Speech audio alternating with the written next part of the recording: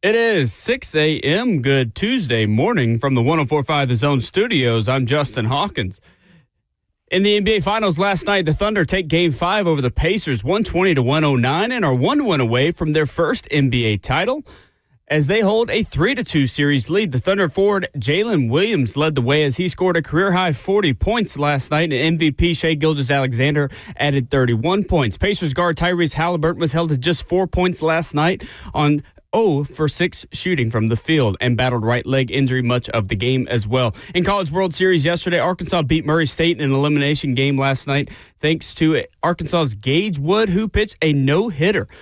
The no-hitter was third in College World Series history and the first in 65 years. Wood set a record with 19 strikeouts and did it throwing 119 pitches. Arkansas now moves on to play the loser of UCLA and LSU tonight, but their game last night was suspended in the fourth inning due to weather. LSU currently leads it 5-3, and they will resume play later today. In Major League Baseball last night, Los Angeles Dodgers two-way superstar Shohei Ohtani made his return to the pitcher's mound last night.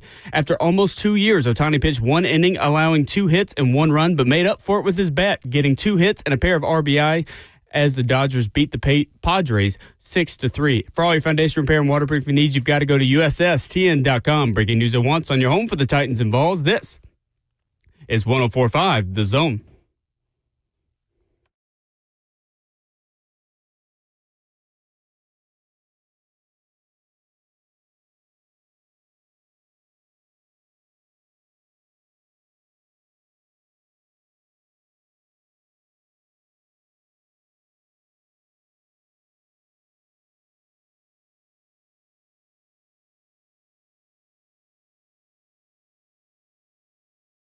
Tuesday morning. Good morning. And welcome in. This is Ramon and Will on 104.5 The Zone, fueled by Scooters Coffee. Visit a locally owned Scooters near you in Rivergate, Smyrna, Brentwood, White House, or Mount Juliet. Amazing people, amazing drinks, amazingly fast. This morning, Ramon Foster and I try an exercise that might be futile, but at least illustrates how many open roster spots there are. Open for competition when Tennessee Titans training camp begins. Yes, for the very first time of the summer, we are putting together a 53-man roster with locks. Who is on the team? Well, we're going to tell you coming up this morning. Austin Price of AllQuest at 8:20. VFL Robert Ayers joining the program at 9:20 in hour number 4, 615-737-1045. Ramon Foster, we know no offseason on this program. Good morning. Hey, good morning. Good guy, I guess I should call you. I was going to say good buddy, but you're not a buddy. Using buddy, I feels like sometimes like, good buddy. I think so. You were mad at me for something. Exactly, man. Last night was one of those nights, Wills, that like you had the perfect sleep. Like that was me last night. Okay. And then I woke up at like 4:47. I was just like, a little too perfect. A little too perfect, man. It's just one of those like you had a good sleep night. Sure. And you wish you could do it a little bit longer. But there's a such thing as called adulting. Okay, grow up and let's go to work. That is true. That is very true. Yes, indeed, man. But also, what's up with the state of Tennessee having like pop-up raining like Florida? I think I went down there and talked about the baby dinosaurs that I saw at Vero Beach and everything. Brought it back with you? And the rain came with me. I, for the sake of me, cannot understand, for the life of me, cannot understand why we're having these pop-up showers like this. I know we're in the middle of we're at the start of hurricane season, but I didn't think we would be getting it like Florida right now. That's a Rhett Bryan question. Yeah, I got to holler at him. Chief meteorologist of 104.5 The Zone. I figured he did that too. Well, perfect transition into what my brother and I and my family call a no-hitter. Because when there's a no-hitter going on, I will text my brother, or he will text me and say, hey, there's no rain in insert ballpark here. There was no rain and only one cloud, meaning one base runner yesterday at Arkansas, winning the elimination game over Murray State. Gage Wood throws the third no-hitter in men's College World Series history, the first in 65 years Monday, 19 strikeouts on Murray State. Ramon Foster, Arkansas got a no-hitter in the College World Series before it got a national championship in the College World Series. History was made, but not with the trophy in hand. That was right. A personal trophy for Gage, right? Well, it was awesome to see that. I will say this, too. We got to figure out something when it comes to Joseph Bonanno, by the way. He was I'm talking about publicly preying upon this no-hitter or this perfect game being given up. And soon as he started speaking about it on 3HL yesterday, it happened. So you were actually for baseball history. He was against it. And he was of the mindset of screw Arkansas, is the way he said it. So I was indifferent. My brother was at the game. Was he? So I was rooting for him to see a no-hitter in person, which is now, I'll brag on him, the second time he's seen one. He actually saw Mark Burley's perfect game for the White Sox about 20 years ago in person with Grant Ramey, actually. They were there together. Man, while they were in college. Wes is well-traveled. I didn't realize. It's crazy. Way cooler than I am. Wes is well-traveled. But, man, I don't think people understand how hard or how big of a feat that is to throw a no-hitter or a perfect game, and not just for the pitcher either. Like, it's cool when it happens and everybody congratulates the pitcher and everything. Gage Wood, man, yesterday had a phenomenal day on the mound. Now, here's what has to happen from a pitcher.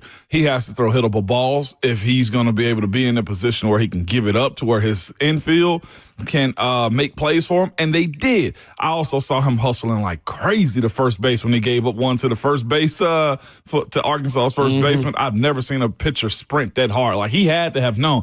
And apparently, you got to ask Wes, but they were actually talking about it, speaking about it in the stadium too. Like, they put up there. Yeah, of course. No, like, perfect game alert. No, you don't do that. In the stadium, I've not heard of a major league team doing that. But granted, I've not been at a no-hitter or perfect game bid in a long time. Wow. Okay, that threw me for a loop. I figured nobody spoke about it. The stadium, but maybe if you just put a graphic up. That's what they did. They put a graphic up, but like, I wouldn't even want the graphic up. If I was Gage Wood, I certainly wouldn't. I would not. If I wouldn't. Yeah, there you go. I'll putting a spin on it. Thank you. But not just that, man. This day and age, there's a pitch count for almost every pitcher at every level. I told you this past weekend, I think I saw a kid that threw 190 pitches in 3 days. That is insane to me. But if you're talking about a college athlete in Gage Wood, man, that's very developed, has the mindset to do it, and also the mechanics in place too, I think that plays a huge part in what he had going on. For his 118th pitch, he hit 98 miles per hour, which was a high for him. His fastball was fantastic. So Mike Monaco, the play-by-play broadcaster who crushed it, by the way, he's such a good college baseball broadcaster and just broadcaster overall. 58 of his 71 fastballs were thrown for strikes. It's an 82% rate. He got 25 whiffs on 45 swings just against his fastball. 56% swings and misses against his fastball. 18 of his 27 outs came via his fastball, and 13 of his 19 strikeouts off of his fastball. It gives Arkansas a significant boost that they were able to just go beat Murray State in an elimination game, not have to use any other bullpen arms, and now be fresh for the loser of UCLA LSU, which we still don't know because that game got postponed due to rain last night. Their pitcher was dealing yesterday, though. His breaking ball broke off. I'm talking about the earth, Will, the way he was using it. He threw 3 straight yesterday before they ended up calling the game, and it was by far some of the filthiest pitching I've ever seen. He threw a breaking ball at 79 miles per hour. And he threw 2. He threw one for a swing and miss. He threw the second one for a strike. And then the last one, he went from 78 miles per hour to 87 miles per hour on the same exact breaking ball. And the variation of pitches is insane. But also, back to Gage Wood real quick, too. What's fascinating, this is not the wet blanket his scenario or his historic moment, though, too. But this is also to be stated if I can. You okay with me saying this? I don't know what you're going to state yet, but go for it. My statement is this, too. Arkansas's ability to pitch Gage Wood against a team that has probably never seen that consistency of pitching at that speed also probably played a part in it, too. I'm not taking away from his ability to get a no-hitter against Arkansas. Yeah, almost fair. A perfect game. Against Murray State. Yeah, we were having a conversation like, how many times has Murray State seen a pitcher like this, at this speed, at this consistency? Yeah, I mean, just through the NCAA tournament. Just the NCAA tournament. Playing Ole Miss and playing Duke. They've probably seen some good pitching, but maybe not to this level. Not to this level. And that's also just a difference in, like, conferences, I guess, and programs too. Like, and of course, if my kid, and I saw Gage Wood's parents just hyping ecstatic yesterday too at the conclusion of that game. Look, nobody can tell me anything, but I guess if you really breaking it down, how many times has Murray seen a pitcher in a position like this that consistent? Last night of the NBA Finals, Thunder 120, Pacers 109, a 3-2 series heading back to Indiana. And OKC started to take control in front of 18,203 last night. 40 points for Jalen Williams and Shai Gilgeous-Alexander. He posted 31 himself. Not a good night for Tyrese Halliburton last night, Ramon Foster. The worst night. The absolute worst night. Like, the issue that Tyrese Halliburton has is he does have a strong team. A real strong team, man. Well, Pascal Siakam, Aaron Nesmith, Miles Turner can hit it from the outside. Last night, he finally made one. But he has a strong support group, and not just that, their style of ball and the team makeup that they have allows him to be able to sit out for long minutes, and his team keeps up the way they need him to, man.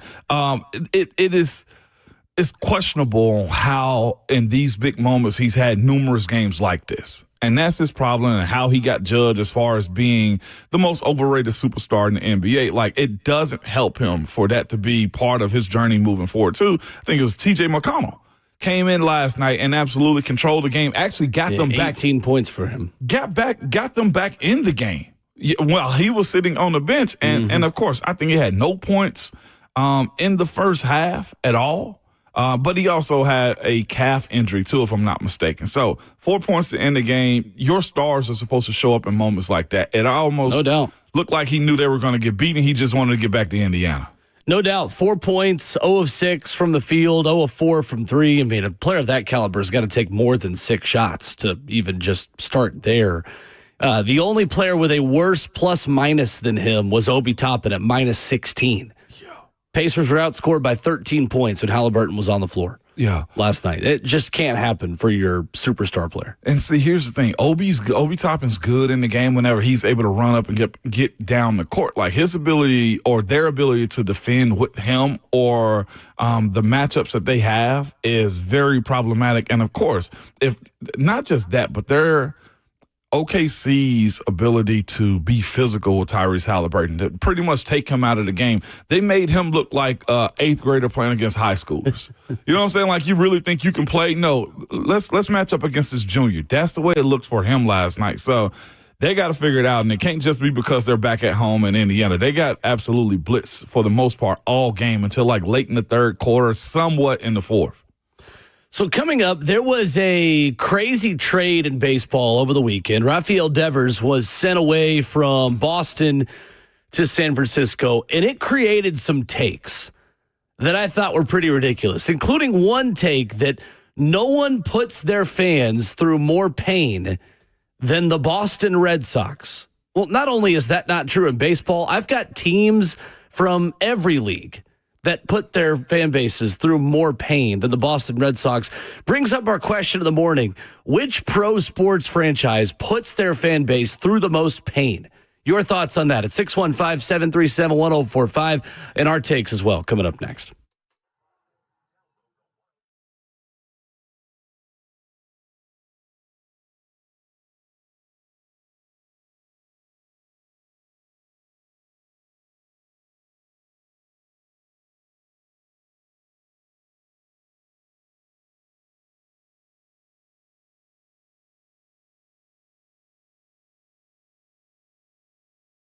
Did you know that up to 50% of the air you breathe in your home comes from your crawl space? Have you ever looked in your crawl space? I get it. Most of us don't even want to know what's in there, but moisture in your crawl space can create unhealthy issues that can make their way into the air you breathe every day in your home. This is where United Structural Systems can help. They have been keeping homes dry and stable in Middle Tennessee since 1994, so you know they aren't going anywhere. Help control moisture and musty smells with mold treatment and crawl space encapsulation that comes with the USS Guarantee. Encapsulation helps reduce high humidity in your crawl space. It also helps deter mold and mildew and protects the crawl space from pests and wood rot. So go ahead and turn your crawl space into a healthy space. Reach out to the company I trust for all foundation repair and waterproofing need. You can reach them on the website at USSTN.com. That's USSTN.com, or call them 615-488-7855. United Structural Systems.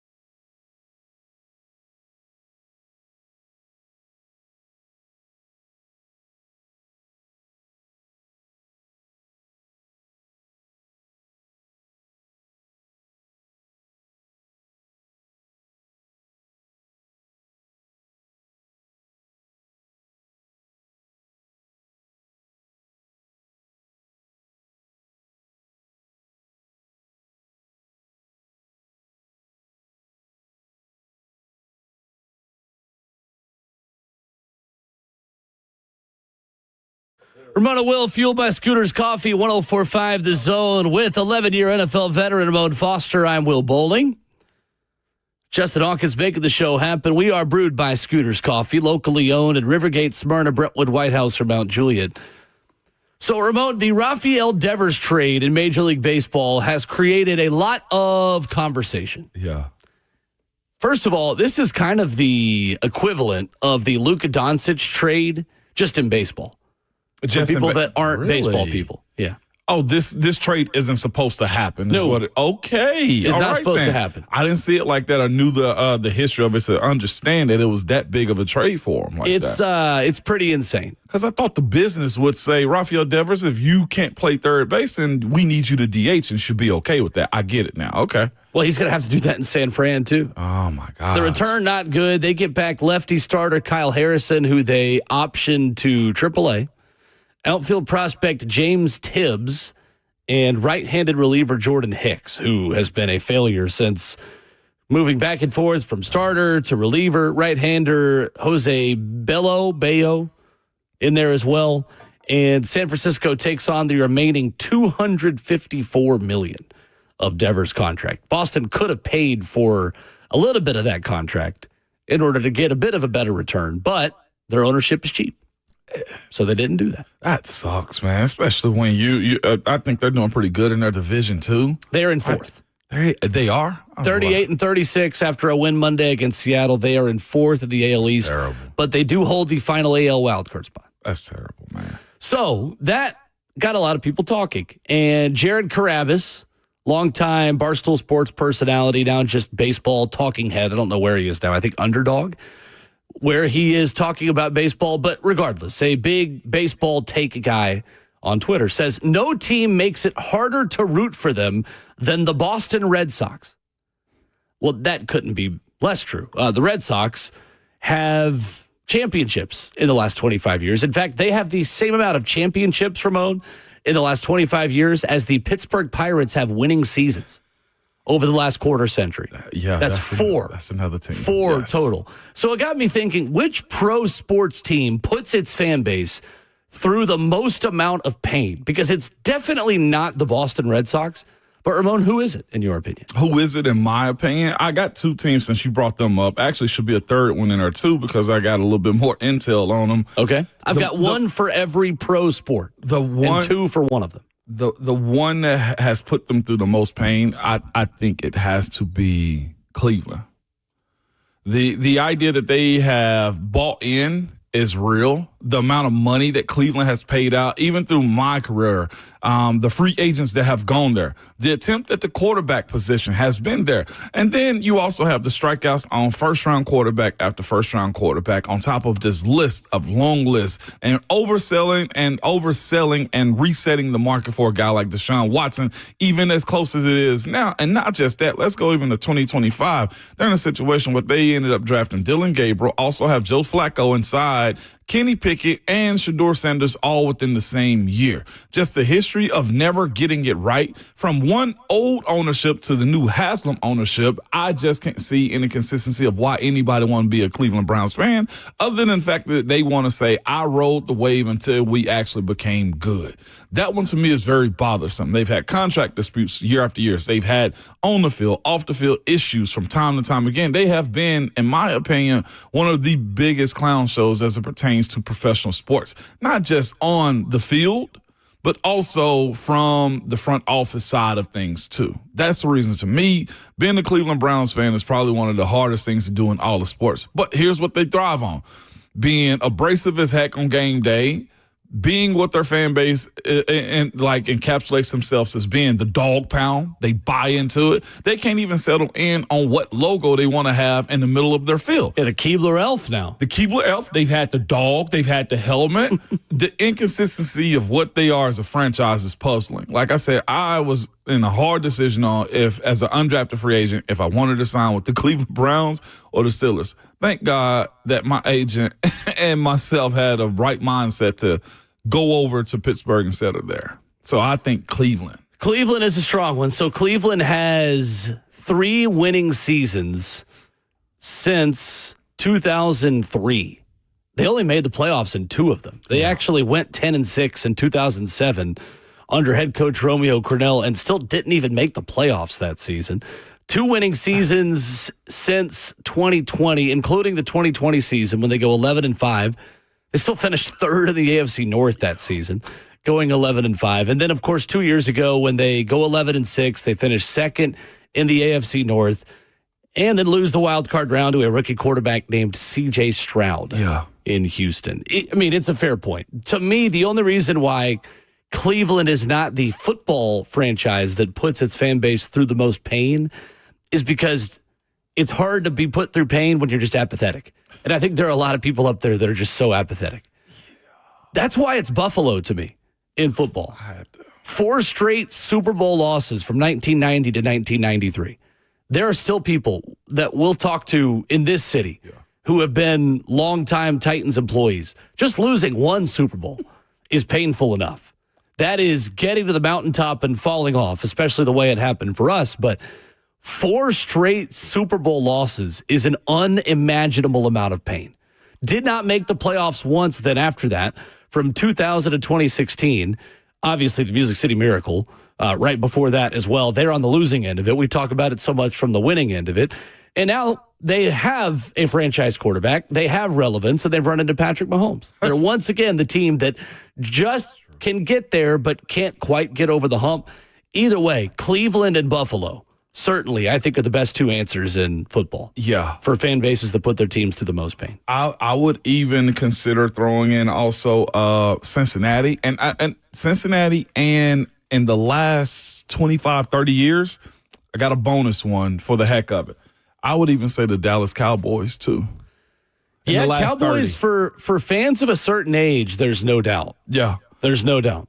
Jerry sells it. He makes you buy into it. They're the biggest show on all of the networks. They are a national talking piece. And for the life of me, every fan that I know right now is not settled on being a big-time Dallas Cowboys fan. And it's sad to say that until they feel like Jerry Jones passes away. Like, that sucks as a fan base. Well, we're not going to be good until Jerry gets out the way. Yeah. That's a hard place to live in the last 30 years. Cincinnati, for me, isn't close to the top simply because they have been to the playoffs 7 times since 2011. Yeah. There are teams that would do anything just to get to the playoffs that amount of time. I know they lost in the wild card round 5 years in a row from 2011 to 2015, but they've at least made a Super Bowl. Yeah. So what are your thoughts? 615-737-1045. Fan bases that have gone through the most pain. Zach leads us off in West Nashville this morning. Hey, Zach. Hey, good morning, guys. How y'all doing? Good morning. Ramon, you just took it off my mind, man. I'm an AFC North guy, Steelers guy. My dad's from Pittsburgh, so grew up bleeding black and gold. Yeah, I think the Cleveland Browns and the Cincinnati Bengals definitely top off the list. I mean, they won't even pay, Hendrickson. I mean, he's led the league in sacks 2 years in a row. It's like, what are y'all doing? Keep doing what y'all are doing. I don't care.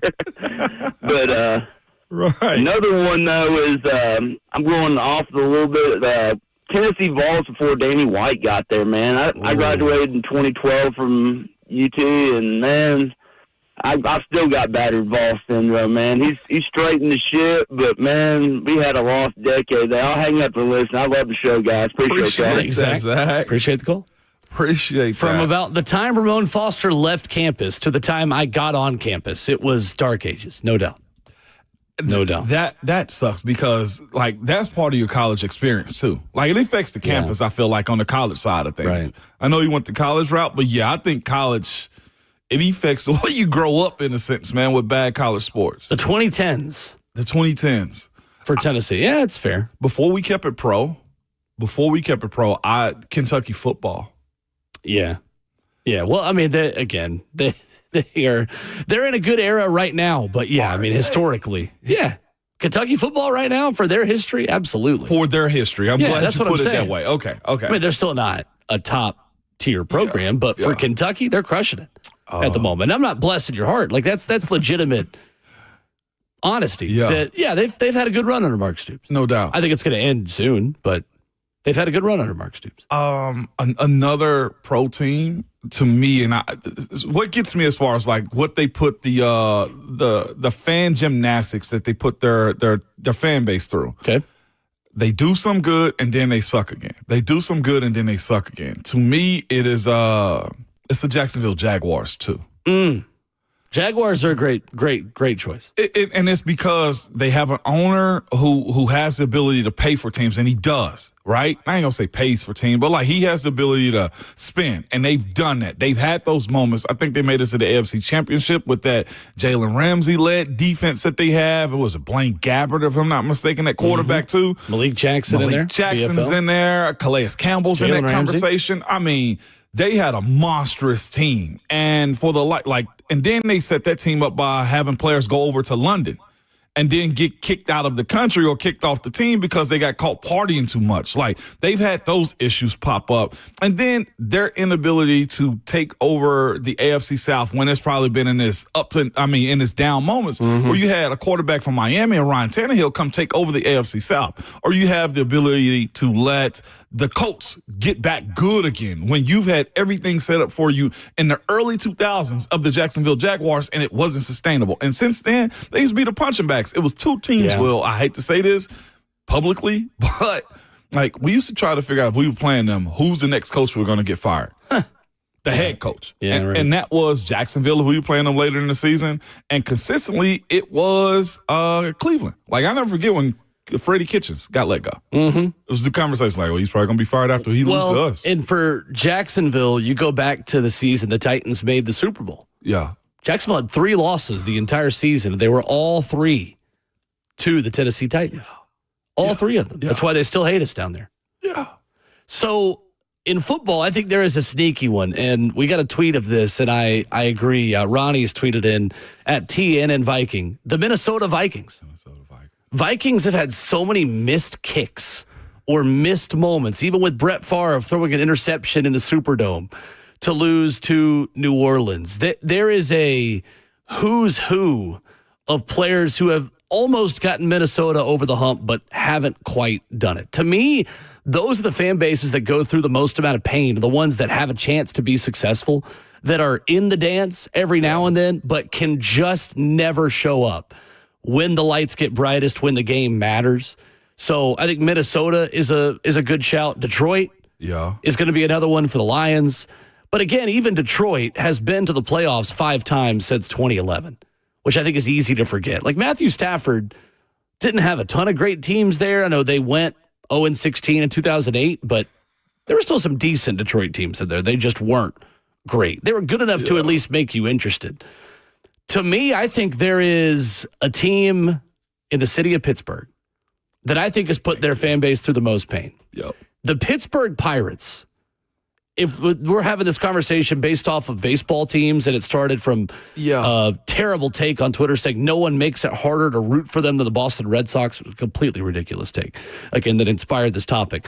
So again, the Red Sox have the same amount of championships in the last 25 years, 4, as the Pirates have winning seasons in the last 4 years. The Pirates have finished 4th or 5th in their division every year since 2017. The last time they went to the playoffs, I was a senior in high school, 2015. Actually, I would have been a freshman in college, 2015. 3 trips to the postseason, Ramon, since 1993. They lost to the NLCS 3 years in a row, from 90 to 92, including twice in 7 games. And of course, Atlanta Braves fans know how that ended with Sid Slide in 1992 and Sid Bream. So since the World Series that the Pittsburgh Pirates won, Ramon Foster, in 1979, the Pirates have made the playoffs 6 times. They have 11 winning seasons since 1979. 4 since 1992, and they lost in Game 7. And unshockingly, Jarvis Schaefer has already texted me, probably cursing my name, that I'm bringing all of this up. The Pirates put their fan base through more pain than I think any pro sports franchise in North America. Yes. Because we're bringing in some Canadian teams in this, too, in a minute with hockey. And not just that, the fan base hates the ownership. They hate the management of the team. Well, by far one of the most beautiful ballparks in America. By far one of the best cities, I think, for sports in America. It is a top 5 ballpark in the sport, no questions asked. And the fans in Pittsburgh are begging ownership to sell it. Like, that's how bad it is. Like, and not just that, the history of historic players that have come through the Pittsburgh Pirates organization that have gone on to other places and have done well. It is that side of it, too. And right now, there is an open conversation, Will. There is an open conversation that a generational, and I think I can use this one. Yes. You know where I'm headed. Paul Skeens is a generational talent. He's on the trading block. Force himself out? Yeah, I know. I know. It's crazy. I mean, yes, it's them. It is absolutely them. There are some crazy Paul Skeens stats out there too, and just how unbelievable he's been. How many losses you got Shafe going on? He that still one. has. Yeah, I know. He's texting me too. But I mean, genuinely, it puts in even more context that just insane take that the Red Sox are the most pain-inducing fan base in baseball. Paul Skeens is the first pitcher in MLB history to have an ERA below 1.8 over any 15 start stretch of a season and have fewer than 5 wins in those starts to show for it. Yeah. He has an under 1.8 ERA in 15 starts. Doesn't even have 5 wins this season. Which is insane. Absolutely maddening. Just totally insane. It makes you also, there's another team on this one as of recently. Since 2024, more tornadoes have been in Denver than the Rockies have wins, too. Oh, yeah, the Rockies. I saw that one, too. The Rockies. The Rockies at least have been to a World Series in the last 20 years, though, in 07. But, no, they the Pittsburgh Pirates. Pirates are terrible. I don't know how their fans have survived all of it. Andy, up next on the phone, 615-737-1045. Hey, Andy. Yeah, for the NFL, I'd say the Cowboys, but as someone who grew up a Redskins fan, I enjoy their pain, so I'm perfectly fine with that. Now, my Minnesota Twins... yeah, it's a good one. It's been rough, especially the playoff. I was at their last playoff win in 2004 in the ALDS against the Yankees. I happened to be in New York. So the Twins just need to make sure that I go to the next playoff game and they'll win, and that'll be fixed. And at least we'll get that monkey off our back. Yeah. But it's been frustrating. At least they're second in the AL Central this year and have some chances. Yeah. And they have a great ballpark. So, you don't sound too confident in that, Andy. You don't sound too confident. Just because I've been through this, I've played this song and dance before. Yeah. Thank you, Andy. Appreciate the call. Yeah. Thank you. Minnesota sports teams have been put through it. Yeah. Totally put through it. Yeah. And that is a sleeper. So Minnesota won a playoff game in 2023, which broke a 17-year stretch without a single playoff win. They had been to the playoffs 6 times in that span. They got swept 6 times in a row, Ramon. Goodness. From 06 to 2020. Swept in 06, 09, 2010, 2017. That was a 1-game wild card sweep, I guess. That's not really technically a sweep. 2019 and 2020. 6 playoff appearances without winning a single playoff game, much less series. I mean, they're in the Buffalo Bills category right there. I mean, in a sense. Yeah, but they were just getting knocked out in the first round. Yeah, I mean, yeah. I guess so. And then to also double back to Minnesota's football team, like the Love Boat situation to it, one of their peak points as a team too. I mean, just the scandals that they've had in general. Yeah. Minnesota's in that conversation for sure. Mitchell on YouTube says the Braves pre-2021, it's kind of champagne problems, though, to be honest with you. I mean, you win 14 straight division titles for a lot of many people's lives, including mine, and you're consistently in the playoffs, even though you didn't win it. You still are creating some good memories over an entire summer and fall. Again, it's not what I would choose. I would have loved to have more championships in that run, but champagne problems compared to Pittsburgh that's got 4 winning seasons over the last 25 years. And I've seen it. And it's not the same. It's not. Or the Mets. The Mets are another great pick for this. I know they've been good this year and made the playoffs again last year, but the Mets have been waiting since the 80s. to win a World Series. And now they got more money than anybody, which is going to come with some higher expectations. With and that then think about one of the main pitchers last year. What was it in the World Games? He jumping up, celebrating, and tore his ACL. Francisco Lindor. No, not Lindor. That is Edwin Diaz. Edwin Diaz. That was a couple years ago. But even still, like, tears his ACL celebrating. Mm-hmm. It's pain, Sally. I get it. Not great. We'll continue this coming up. 615-737-1045. Which pro sports teams put their fan bases through the most pain? We've covered 2 sports. I've got maybe the best one that you're not thinking of. We'll go a little off the beaten path. We'll go on ice and on the hardwood for this answer coming up next.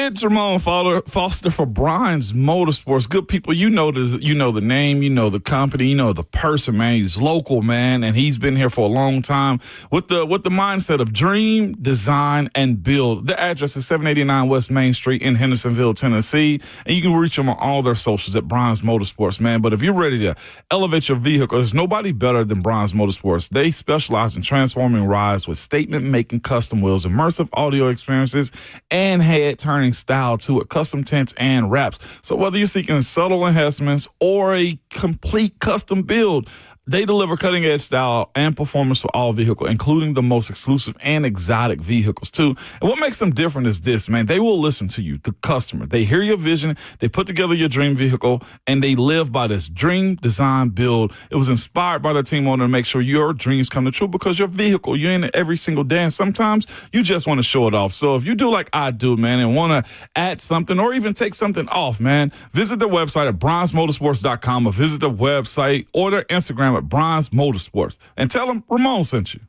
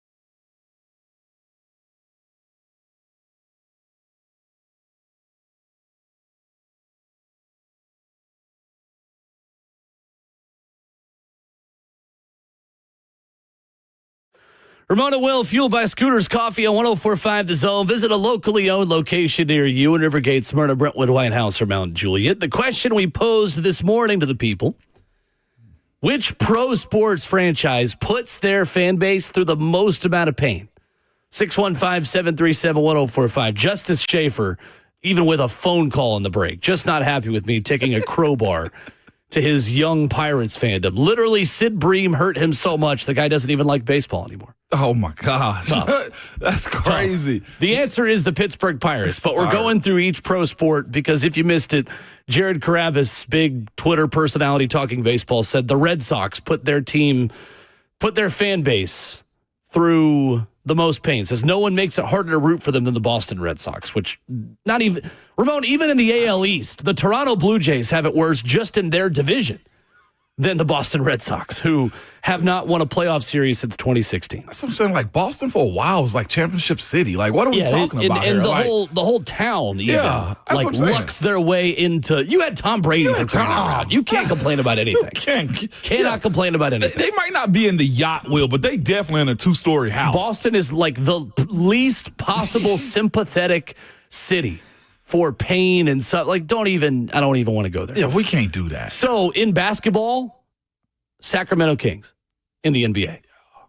One trip to the postseason from 2007 to 2023 when they lost to the first round of the Western Conference playoffs. They have not made the conference finals since 2002. One championship in 1951. Ramon, they have 2 winning seasons, Sacramento, since 2006. That's bad. Well, and you know how you know it's bad for a team like that too? Like, we joke and we mock like people that do cheesy, corny stuff. Like, that is one of the things like people in sports will do. Look at them, that's so cute. We bless people's heart. Like, nobody thought to bless the Sacramento Kings' heart when they did the light the beam thing. Like, we all thought it was cool. Light the beam. Light the beam. It's so good. Think about how corny that is. You know what I'm saying? Like, the light the beam. Like, you really bought an LED light to like shine into the sky when you win? Is that like the bat signal from Batman? Like, it's legitimate that, like, look at us, we won. So, yeah, I agree with you on that one. That was pretty hideous, man, as it pertains to them. And what's crazy, too, I'll just say this.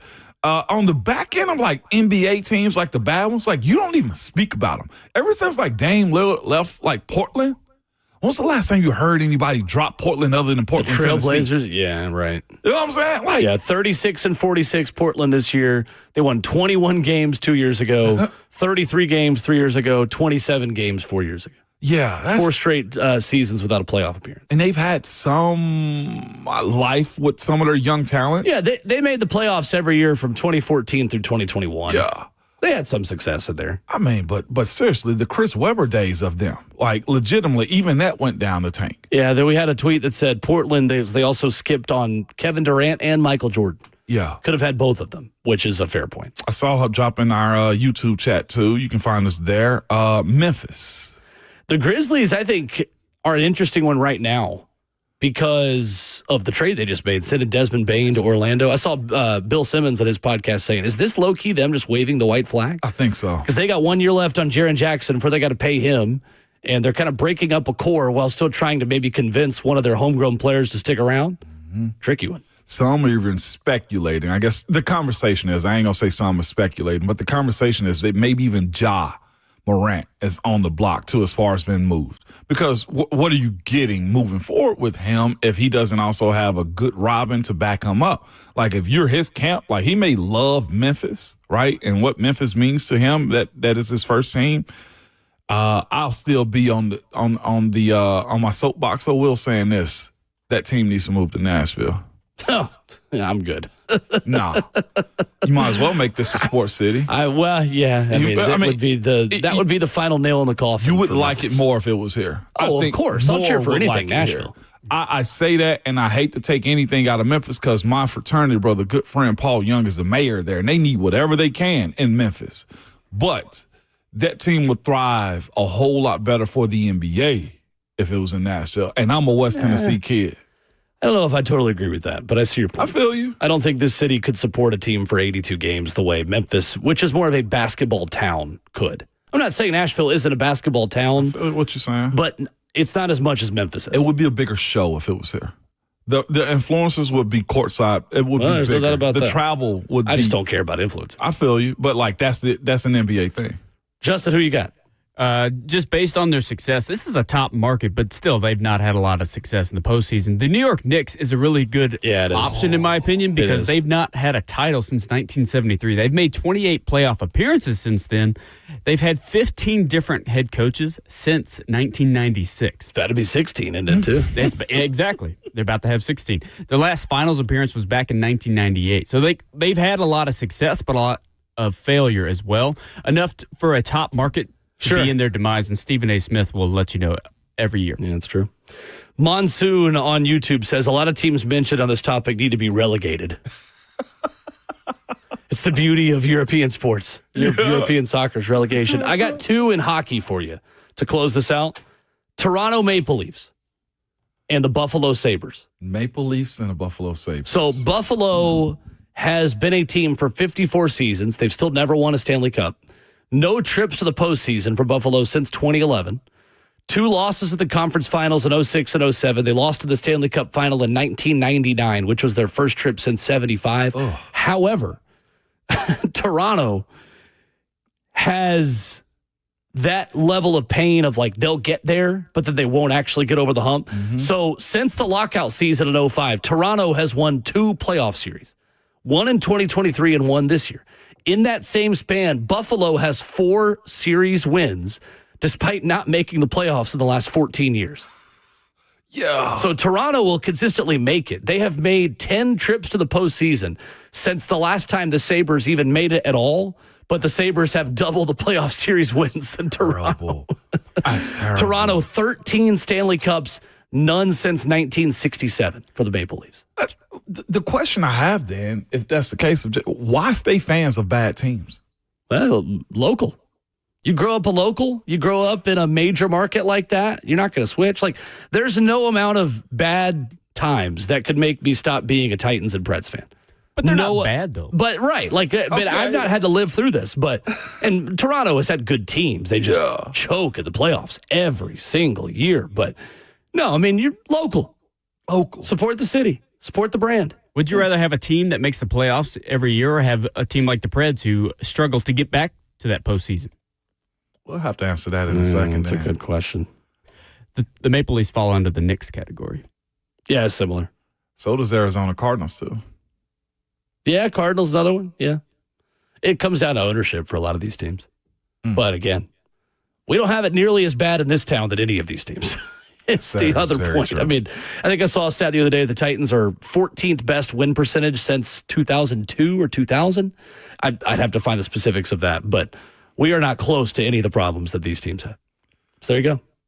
Starting the morning with pain. 615-737-1045. Sorry, Schaefer. Coming up, hour 2 of the program this morning. We talked with Brian Rice yesterday at the Sports Animal in Knoxville and asked him which Tennessee Big 3 team, or just overall is where we're going to take this, had the best season in a Vols athletic calendar that just ended last week for Tennessee baseball, just shy of the College World Series. Which Tennessee team had it best this past season? That's next.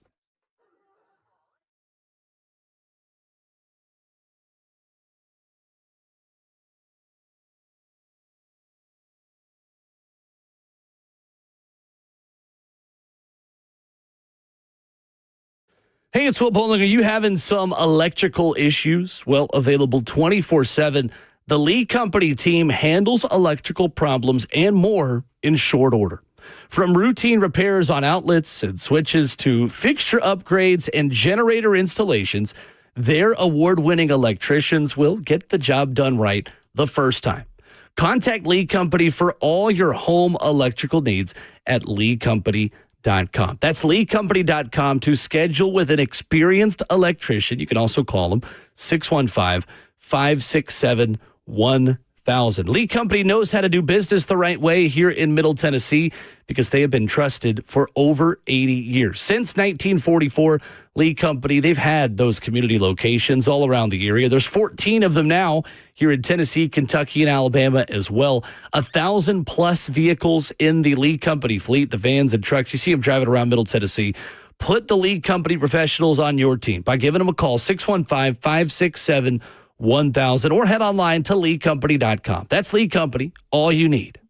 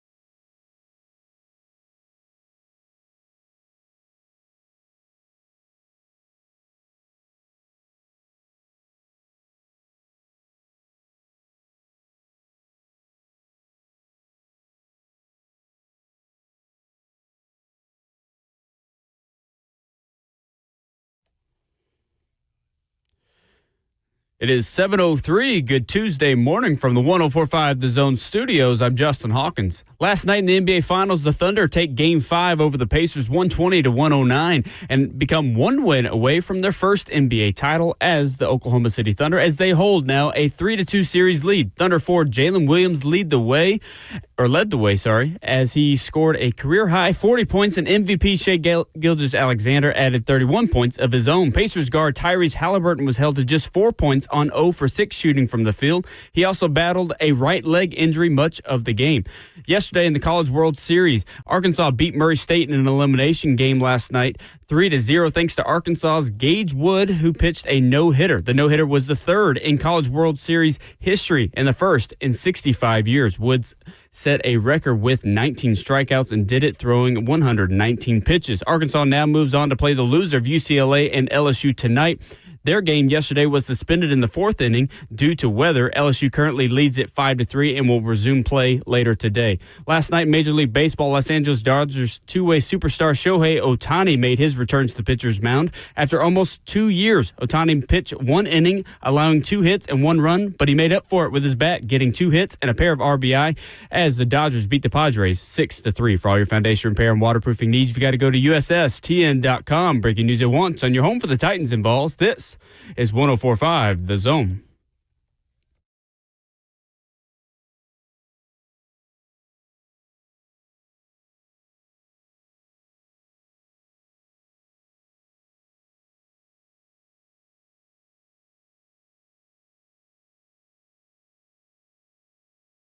Away we go into hour 2 on your Tuesday. This is Ramon and Will, fueled by Scooters Coffee at 104.5 The Zone, 615-737-1045, the number. Scooters Coffee is all around Middle Tennessee. They're locally owned in Rivergate, Smyrna, Brentwood, White House, or Mount Juliet. Amazing people, amazing drinks, amazingly fast. Ramon, we have kicked off the morning with some pain today. We have, man. Our question on Twitter, at Ramon and Will. You can follow each of us, at Ramon Foster, at Will_bowling. Which pro sports franchise puts their fan base through the most pain and suffering? So far, the Pittsburgh Pirates have not only been our answer, Ramon, it has been the most common answer on Twitter. It is. The most hated, too. And like I said, it starts with their ownership. You mentioned as we was going into the break, while we were on break, like how good or bad your team is, it depends upon the ownership. Good and bad. Like I think Jerry Jones has great intentions for the Cowboys. I think Haslam does too. But it's just like the decision-making that you have in those crucial moments really takes away from the momentum you either have or the development. Like, it's crazy. So coming up in 15 minutes, we'll shift the conversation back to the Titans. And you and I are going to try a difficult exercise. Putting together a 53-man roster in June based off of who are the locks. Mm-hmm. Who are the guys that are in pen, not pencil, on the Titans 53-man roster. So we'll get to that in a minute. But I want to go back to a conversation we had yesterday, Ramon, with Brian Rice of the Sports Animal.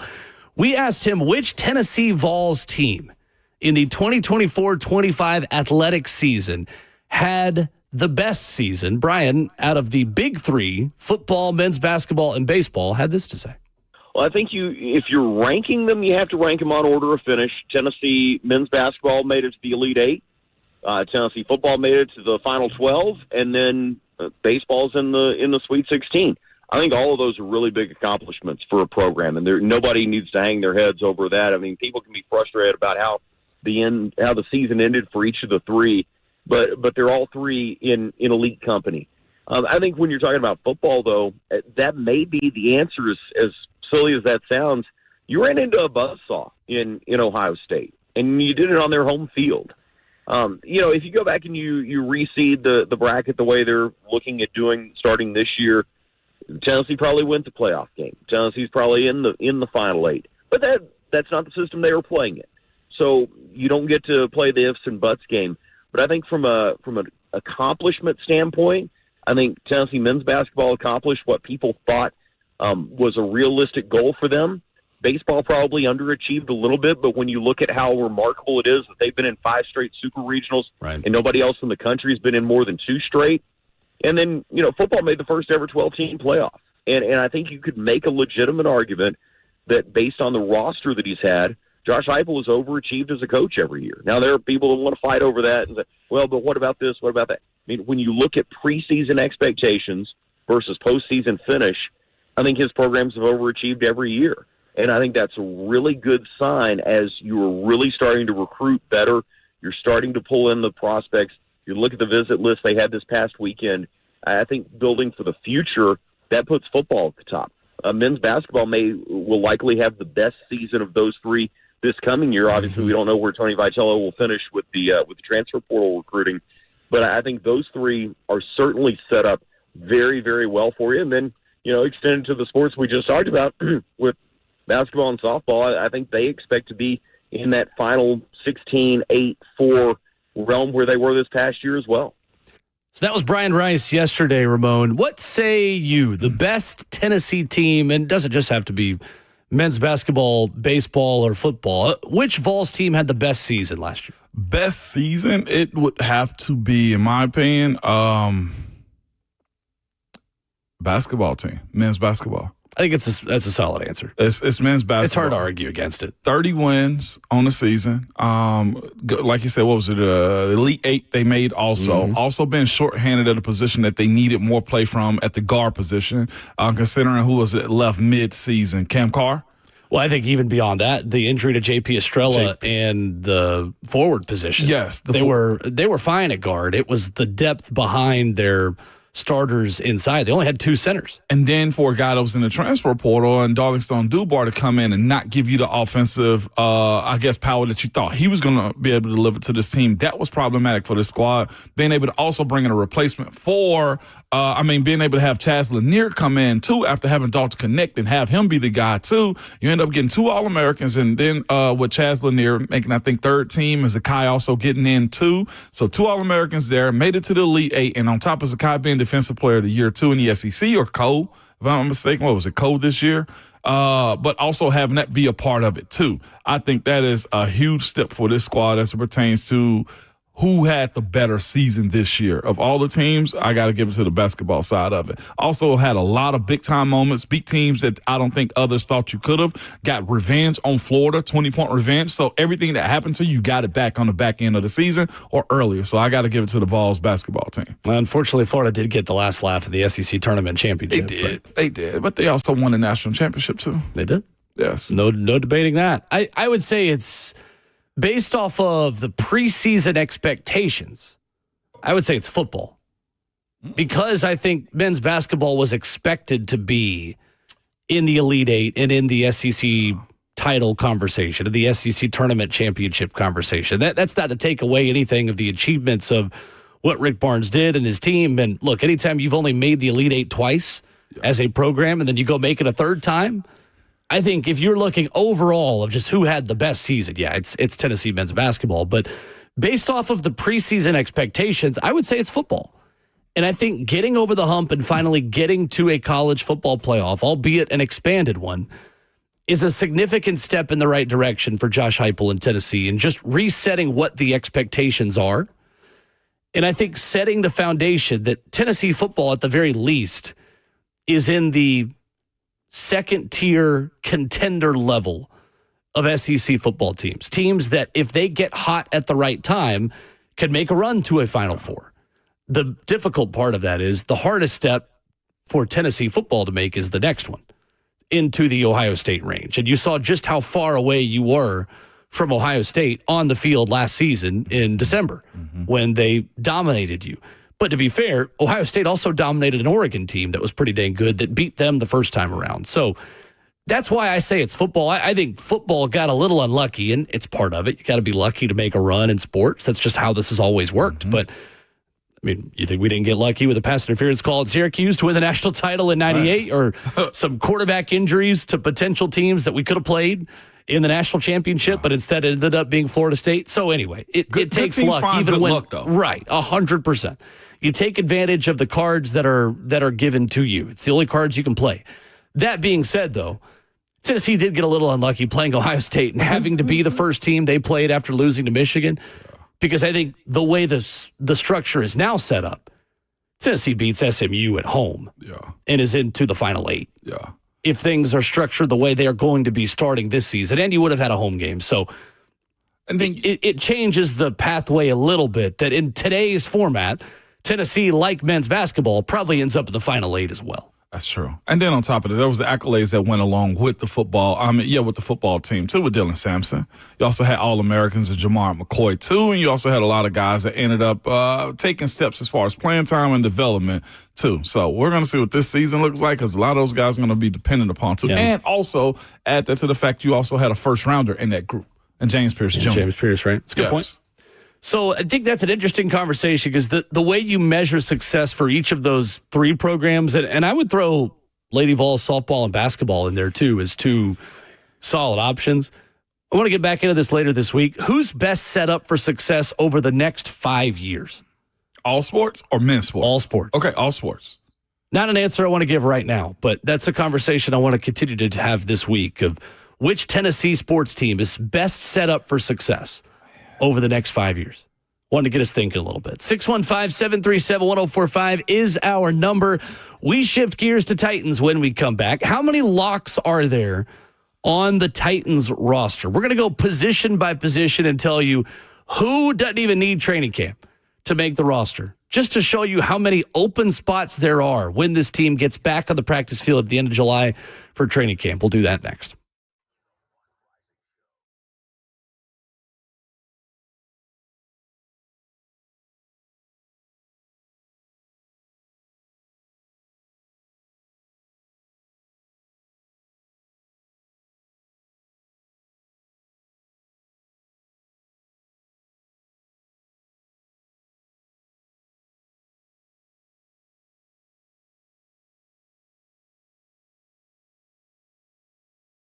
It's Ramon Foster for Hiller Heating, for my bad, you guys, for Hiller Plumbing, Heating, Cooling, and Electrical. As I get my words together, we speak about the Vols here in a little bit, man. But I'm here to tell you this, man. The same way I messed up right there, you don't want to plan on messing up anything in your house as it pertains to your plumbing, HVAC, or electrical stuff, man. Most of the time, you don't even know what it is or what it'll cost or if it'll get fixed right or if somebody's just trying to sell you something you do not need. When you call Hiller, though, the experts are going to solve your problems quickly, and the price you're told is the price you'll actually pay. There are no hidden fees or surprises when you get your bill. I myself have booked with Hiller, had issues around my house, and the price they told me is exactly the price that I've paid. And one of the reasons why, man, is they're locally owned and family operated too, and they have been here for over 35 years. Their techs are also very professional, experienced, and trustworthy, and they're all background checked and drug screened too. Cool part is when they're on their way, you'll receive a photo of the tech and a link to track them in real time. So no more wasting time waiting around for somebody to show up. Their motto is also happy you'll be or the service is free. And they mean that. If there's an issue with it, they will fix it or give you your money back on all things that they do. So to learn more about Hiller or to simply book with them, visit happyhiller.com.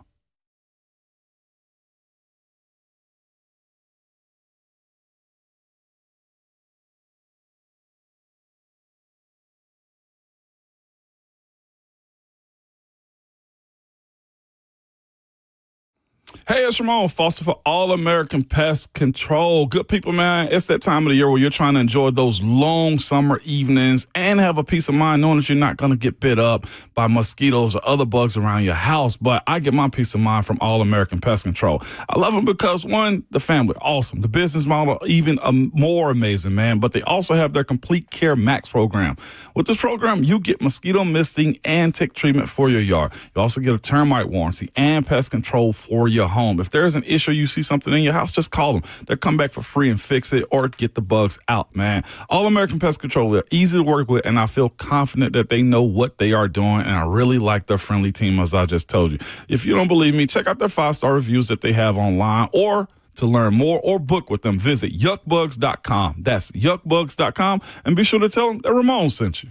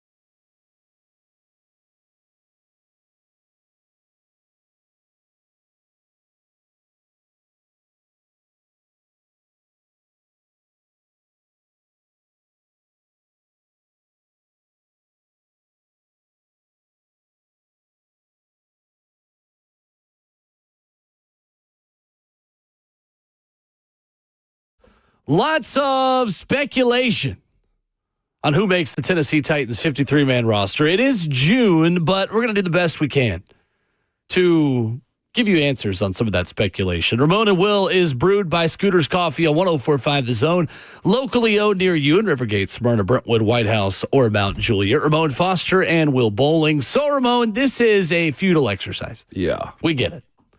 But I do think there is one part of this exercise that is relevant to the people on June the 17th.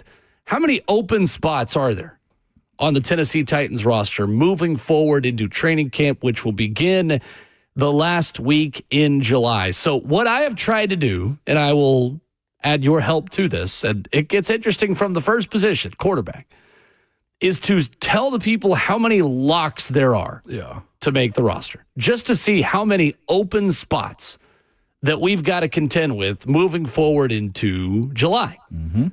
So starting at quarterback, Ramon, how many locks are there to make the roster? I got 2. Do you? I got 2. So, okay, I'll put it this way. Okay. There are definitely 2 guys that will make the roster at least. However, I can't tell you who the second one is. So you want to know my second one? Yeah. My second one is Brandon Allen. Okay. For this reason, I think Levis is going to want an opportunity to go play somewhere else, potentially start and reset his career. Sure. Now, this is also, we're talking about locks for this team. I view him as locks to make this team. This team, just the locks. I view him as a guy that's probably going to create value. He'll end up being a backup in somewhere in some city where he feels comfortable, and I think the Titans would too. He's been the best toy soldier I feel like you can have this year also. But what is the purpose of having him this year? Like, I feel a little bit different if Will Levis was probably a 4th or 5th round pick, but this is a 2nd round talent that we're seeing those guys be shifted and played around the league in many, many ways. And also this part of it with what we know about the Titans brass, as many draft picks as they can possibly get, they're going to try to get one. And I feel like Will Levis is probably going to be the guy that creates that much more talent. So, I mean, that much more play to where he can create value for himself in training camp. We've had this conversation before, and for the purpose of doing this drill, feel like I'm going to believe that Levis is going to have value after training camp. I agree, but I don't think it's 100% lock and slam dunk that he is gone, to be quite honest with you. I think there is a world where Levis plays well enough, but not quite well enough to get you a pick somewhere else, to where this organization could feel like, hey, if push comes to shove and the worst case scenario happens and Cam Ward goes down or we need a backup quarterback, Will Levis is our best chance. I think that world could exist. I would be surprised. I'm not willing to say it is a 100% lock that Brandon Allen and Cam Ward are the only 2 quarterbacks. I think there's one lock. I think it's Cam, and then we'll see. To make the roster. Because, again, what does Tim Boyle's role look like? Can Tim Boyle play himself onto the team as a backup? Probably not. Yeah. I think Tim Boyle is destined for the practice squad. But I can't with 100% certainty say that today. That's what makes this exercise so hard. Like, I can think something 80%. Yeah. And that, I think, like, 75% chance that Levis is out by the time training camp is over. But I can't tell you with 100% certainty. Yeah, I'm there with you. Ward is the one lock. I want to believe it's Brandon Allen, just on the basis of him being a veteran, out of the way, won't make much noise as a backup quarterback. Yeah. If Cam struggles, it'll be a bigger conversation. Hey, Will Levis, nationally, not here. Yeah. Nationally. Well, they still have Will Levis there. I can see that being a part of it. And I think most times coaches don't want to at least entertain that conversation, not even the slightest. I'm giving myself this tiebreaker. I'll give you the next one. I'm saying it's one lock. Okay, one lock. Okay. Next time we are in disagreement, you'll get the tiebreaker. The locks. Okay, gotcha. Running back. How many locks to make the team for you? I got 3. I do too. Okay, all right. Which 3? Tajay, Tony, Khalil Mullings. Yeah, I agree. Okay, all right. Woo. Khalil Mullings, I put a small question mark next to because he's been hurt. But again, you draft somebody, they're almost always going to make the first team. Yeah. I think, especially in a new regime with Chad Brinker, with a different way of thinking, in terms of acquiring players within that organization, within that front office, I think Mullings is a lock too. And when it comes down to that room too, is he their switch up back, Khalil Mullings? Yes. 6'2", 226. Yes, he's power back. Yeah. I think Julius Chestnut probably makes the team as well. 4 running backs. Because of what Julius can give you in special teams. See what I'm. Well, yeah, that's and true what too. Mullings gives you in special teams. I mean, That's true too. that's the part of it that I think maybe Bones Fossil will have a bit of a different perspective. You know what's crazy about this time of the year too is you can miss all of this time of the year and still make the team in like September For sure. and that's where Khalil Mullings For is sure. in a sense. Yeah. Tight end is an interesting one. I've got 2 locks to make the team at tight end. I got 2 locks. So I got a third one written down. But when we're talking about locks, Like 100% certainty. There's I got no 2 way this then. guy doesn't make the team. It's Chig and Gunnar Helm. yes. Are your only 2 locks to make the roster at tight end? If we're playing spades, my possible is DMR over Wiley. See, that's interesting. And I don't disagree with you that David Martin Robinson, the second-year undrafted player at Temple, gives you a skill set that is important for your quarterback. Yeah. And Gunnar Helm fits a lot of what Josh Wiley does. He does. What was questionable until we see him with pads on, which the tight end position is also one of those positions that you have to evaluate with pads on. And 100%. the preseason games and these joint practices, which my guy might be at also, since tight sideline report over here, Will Bowling, in case you did not know. But how does he handle blocking James Pierce Jr. in that joint practice? Rookie against rookie. How does he handle a vet, right? How does he handle Arden Key? Mm-hmm. Who I'm sure Denard's going to tell him, run through his face. Well, right? It's a good point, and I think you could make a claim for Thomas Odukoya, to be quite honest with you, because you don't have Nick Vanette anymore as the blocking tight end. Yeah. And Thomas Odukoya being a little bit more of a blocker. Nick Suss, the Tennessean, put together his 53-man roster out of minicamp. He's got Odukoya on the roster. Odukoya on the roster. So that, I think, is one of the more underrated position battles is tight end. Who makes the roster at the tight end position? Because I don't think they're keeping 5 like they did last season. Yeah. So we've both got 2 locks. Yeah. So far we've got 1 lock at quarterback to make the team in Cam Ward. 3 locks at running back, Tony Pollard, Tajay Spears, Khalil Mullings. Chikakonko and Gunnar Helm locks at tight end. Obviously, this is assuming health for all these guys. Absolutely. This is if everyone is healthy at the end of camp, which unfortunately probably won't be the case, but just for the sake of this conversation. Wide receiver, Ramon. We're going to have to make sure we don't spend the rest of this conversation on just wide receiver because we could if we really wanted to. No, we could. I've got 4 locks at wide receiver. I see only 4.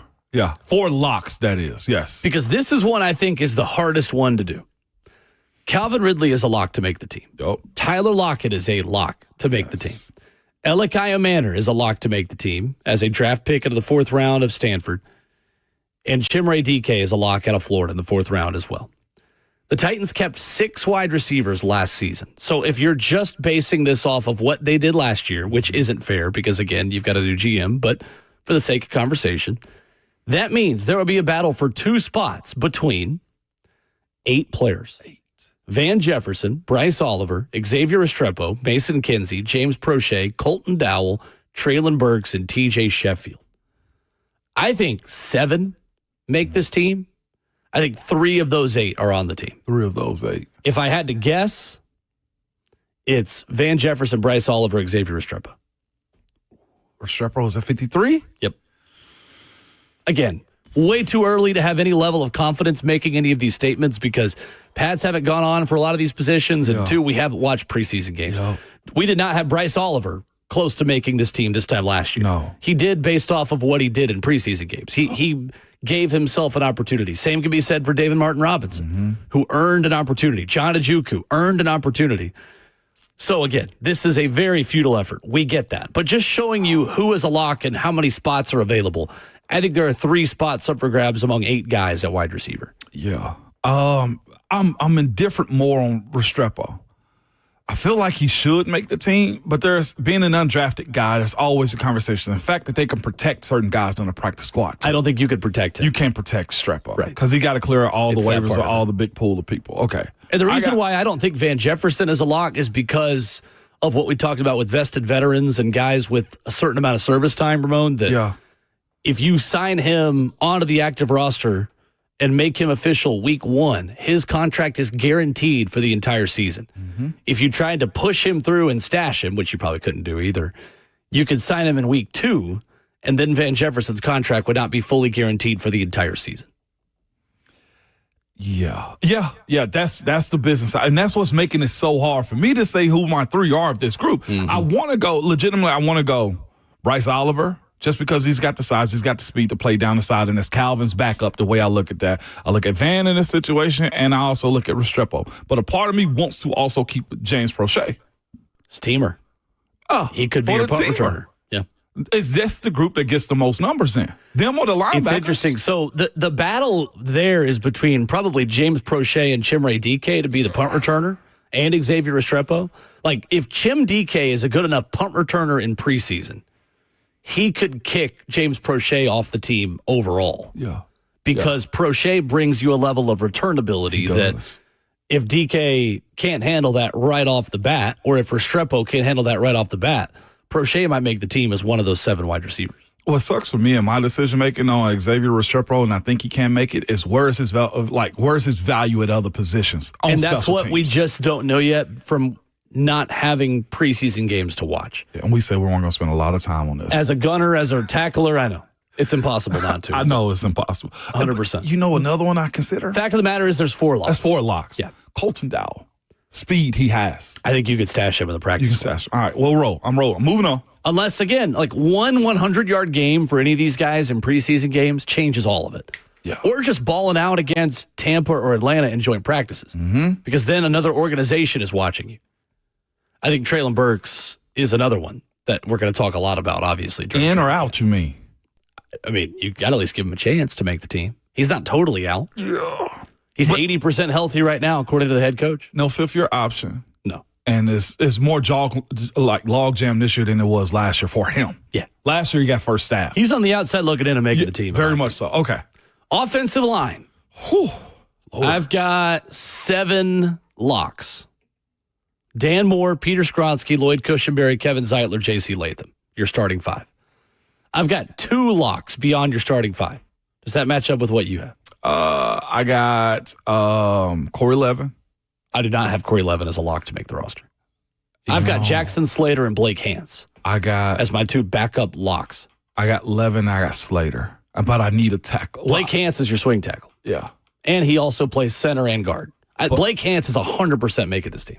Yes, I'm with you on that one, but I'm also thinking of Lloyd's center role. And do you want Slater playing that role? So that's the reason I got Levin in. And Levin has, from my understanding, may have been getting those reps too. Mm-hmm. So that's the other one that I have in that one. Fair enough. Slater. Fair enough. And Levin. I'll throw Levin on there. I almost want to put Slater out because I don't know if there's going to be enough reps for him, considering the plans you got to make coming Draft back. pick, though. Late. I think Jackson Slater's on the team. You bring in a new general manager, mm-hmm. That general manager's guys make the team immediately. And you're one. Because I think there is a certain idea over there that, hey, this is kind of the first crack we have at changing what our roster looks like. Yeah. Literally just as humans, like physically. Oh. Jackson Slater represents maybe more of what they want to be moving forward on the offensive line. Okay. I think Slater's on the team. Okay. So let's go 8 locks then. I'll throw 11 in there for you. Yeah. Which means you've got a lot of guys battling for probably one spot, right? One spot, yes. John Ojukwu, Jalen Duncan, Oli Udoh, Brandon Crenshaw-Dixon, Sam Mustipher, Brendan James are likely battling for one spot on the team. I put Oli Udoh in that one. I as a tackle, I think he's probably another one of your backup guys. The way I would handicap it today is Udoh, Ojukwu, Crenshaw-Dixon, Duncan. I think Ojukwu and Duncan are out first. Interesting. In my personal opinion. We'll see. Yeah. I think as of today, I would put Ojukwu ahead. Okay. But there's a lot of ball to be played. At this point last year, Ojukwu was also your starting right tackle, and that didn't last very long. And also like Rups, because I do know he can play center guard. Sure. And there are more guys again. Chandler Brewer is in there. Rupsich is in there. Yep. The guarantee they gave to Brandon Crenshaw-Dixon is significant. They gave him a lot of guaranteed money, so I think they would like for him to be on the roster. Mm-hmm.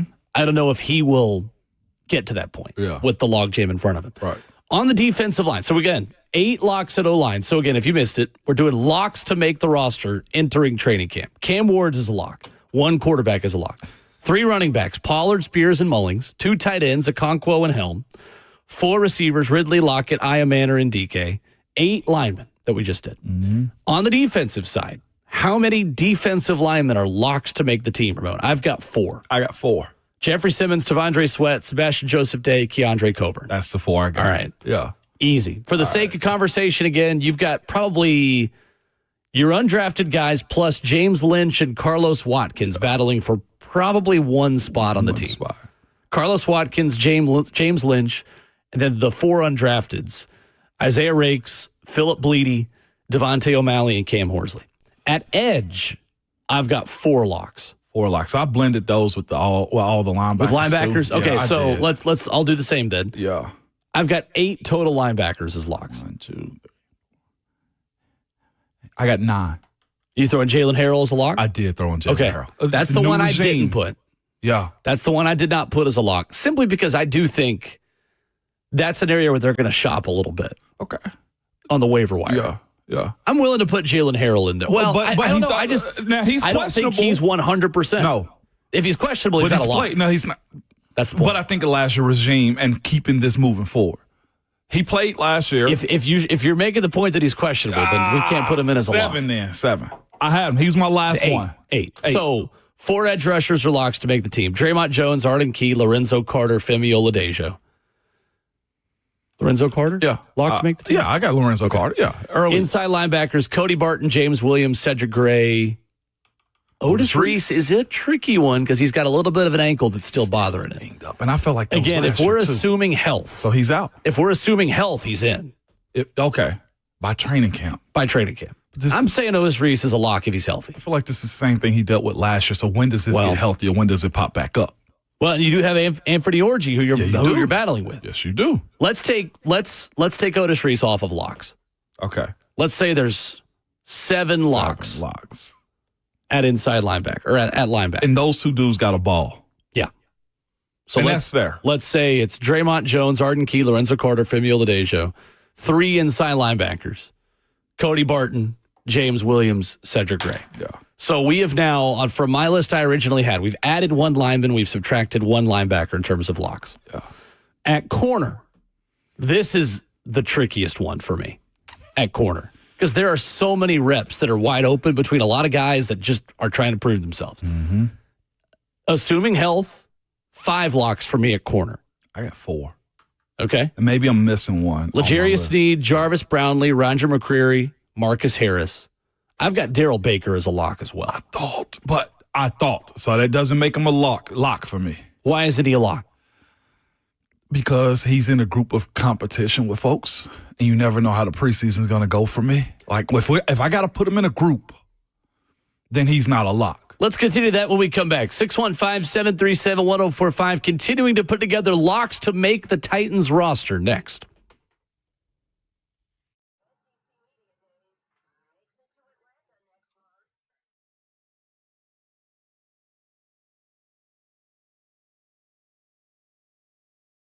Upgrade her diamond ring this summer with no money down and 0 interest for 5 years. Don't miss this killer offer from Genesis Diamonds. It's 5 years, 0 interest finance until the year 2030.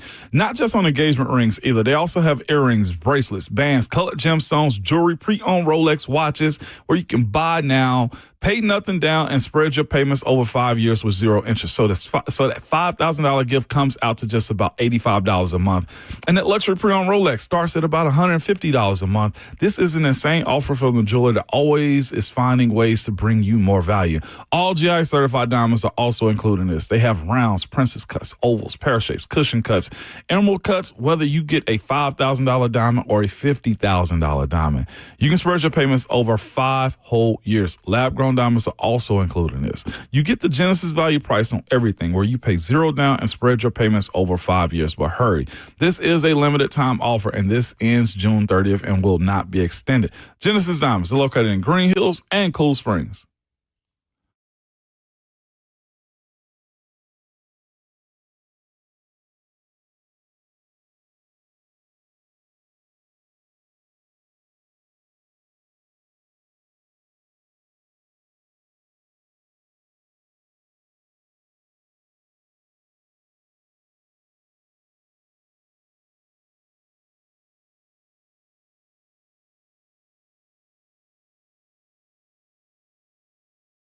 It's Ramon Foster for Medical House Calls. Good people, you know the old days where you have somebody come to your house with the black bag and service you? Well, you can get that same service now. And it's a lot of different options that they have available for you, whether you don't want to go to a waiting room at the emergency room. They have their at-home urgent care that offers expert medical care without waiting.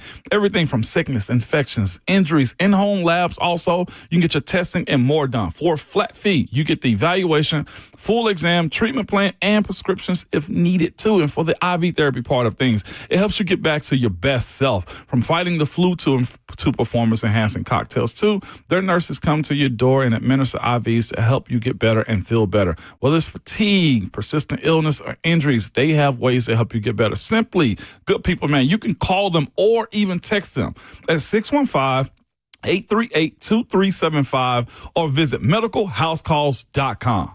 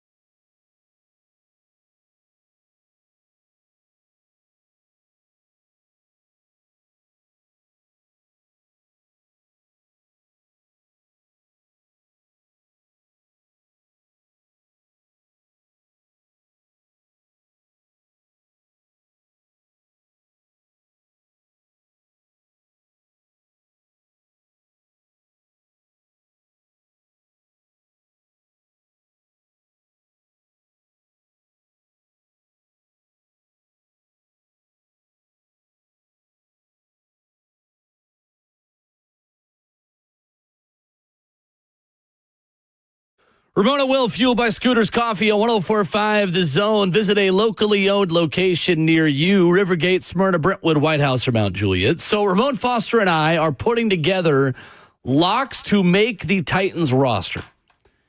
I'll be honest, it is hard to put together a 53 this time of year, so we're not even trying to put together a full 53.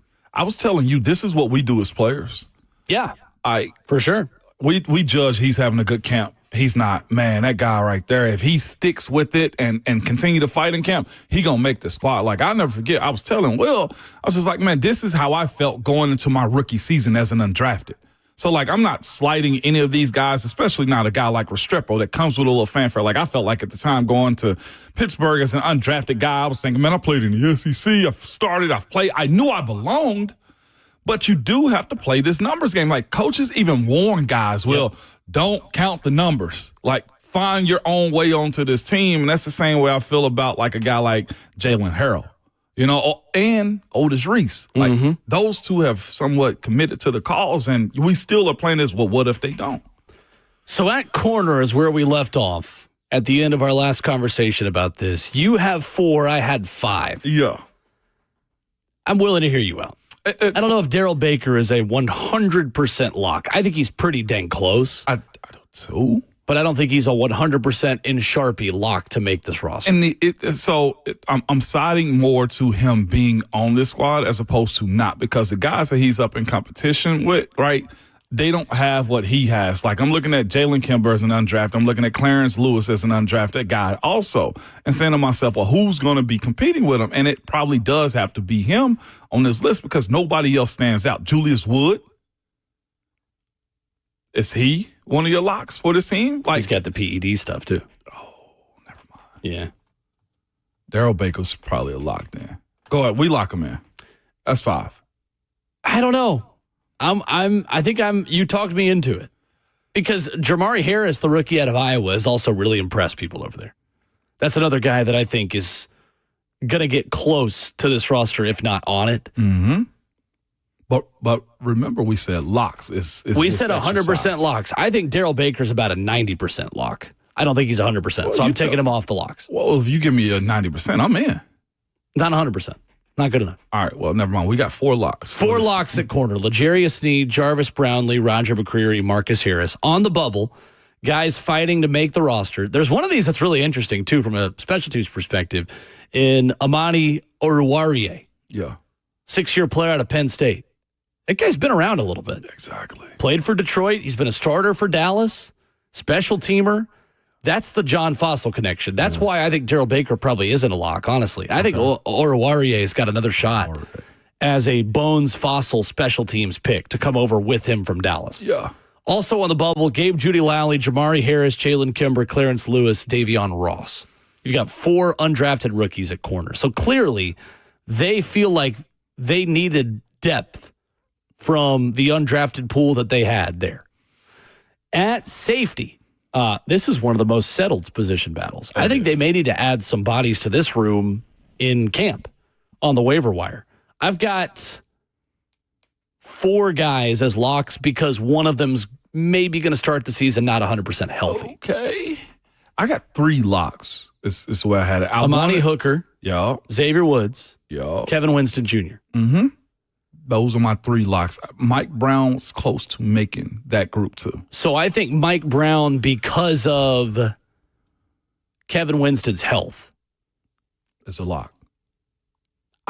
He probably, now that I'm saying it, is probably more in the Daryl Baker category of, I think he's most likely on the team. I can't with 100% certainty tell you who he is, though. If you do that, though, you're only keeping 3 safeties. Yeah. I mean, you're going to have to probably have 4 safeties. Practice squad. Yeah. Mike. So you say Mike Brown is not a lock to make the roster? Because I like the idea of having 4 of them, and with Kevin Winston Jr.'s injury, it makes me say, yes, he's a lock. Mike Brown, you just said he wasn't a lock. No, I thought, no, Mike Brown? I said initially he was a lock because of Kevin Winston Jr. Oh, okay. Yeah. So we're both putting Mike Brown on there. Yeah, 4. Okay. That's the one I feel most hesitant about, but I think you're right. I think if Kevin Winston Jr. was 100% healthy, maybe not. And last year they kept 5, if you count Elijah Molden as a safety originally, because they still had Molden on the roster at a camp a season ago. So really he was kind of a nickel / safety. So really they kept 4 plus Molden, who then obviously shipped out immediately. So, okay, 4. Yeah. So, plus 3 specialists, Joey Sly, Johnny Hecker, Morgan Cox. Oh, easy. You know, there's only one other safety on this roster right now. They only have 5 safeties in the roster right now in camp. Mark Perry. Frog. Yeah. TCU, the other one. So you've got 40 players who we think are locked to make the roster. 13. It's left. 13 spots of the roster up for grabs in July. That's usually how it is, though. About 13 spots? About 13 spots. I'd say 10 to 13 spots is usually about where you are. And it depends on contracts. Injuries always play a part in it, barring injuries, right? Contract situations and how much can you trust guys and what is their other value too. Like mine was also being able to do extra point and field goal. That was a part of it also. Or being the extra tight end. You know, like for a while when we still had part of the wedge era, like we had offensive linemen and defensive linemen running down the field on special teams. Were you agile enough to get down the field? Mm-hmm. So is that part of it. Fair. So if you missed it, our 40 locks to make the roster on June 17th. Cam Ward, Tony Pollard, Tajay Spears, Khalil Mullings, Chig Okonkwo, and Gunnar Helm at tight end, just 2. 4 receivers, Calvin Ridley, Tyler Lockett, Elikai Manor, Chimere Dike. If we were picking a 41st player, I'd probably say Van Jefferson. Yeah. I think he's very likely, but I'm not willing to say he's 100% a lock. 8 linemen, Dan Moore, Peter Skoronski, Lloyd Cushenberry, Kevin Zeitler, J.C. Latham, Blake Hance, Jackson Slater, Corey Levin. Levin making it because of Cushenberry's injury last season, the Achilles. D linemen, Jeffrey Simmons, Tavondre Sweat, Sebastian Joseph Day, Keandre Coburn are locks. Draymond Jones, Arden Key, Lorenzo Carter, and Femi Oladejo are locks at edge rusher. 3 locks at inside linebacker, Cody Barton, James Williams, Cedric Gray. 4 locks at corner, L'Jarius Sneed, Jarvis Brownlee, Roger McCreary, Marcus Harris. And 4 locks at safety, Amani Hooker, Xavier Woods, Kevin Winston Jr., Mike Brown, plus 3 specialists, Joey Slide, Johnny Hecker, Morgan Cox. Yeah. There you go. It's before we head into break, is there any way in your mind that I'm going to say no to this answer? That's already my answer. Any way that Traylon Burks makes the squad with what's in front of him right now? I think there's a chance.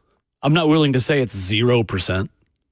I think it's 25 to 30%, maybe. That's some hard odds. Maybe right closer to 10 to 15%. Selly in the chat chimed in on YouTube and said, first-round picks typically get more opportunities than they've earned. Said, I respect Restrepo's grind, but they are not cutting a first-round pick for an undrafted slot-only player. That's true. But Xavier Restrepo is not a slot-only player. Mm-hmm. He's going to have to do something on special teams to make the roster, and I think he will. And the other part, too, for me is Traylon Burks need to sell out the way Darius Hayward-Bay did when he turned out to be a bust for the Raiders, too. Like, he better be, like, the speed and power. Like, Traylon's, I think, ability to make this team, to me, is by being, I'm talking about a gunner on punt, a return man if you need him to on punt block. Like, there's a lot that he has to do, and I think it starts with special teams. 615-737-1045 is our number. When we come back, second half of the show, Mike Monaco with some stats on a crazy outing in Omaha. Arkansas's Gage Wood with a no-hitter in Omaha. We'll tell you the crazy numbers behind it and how he did it coming up next.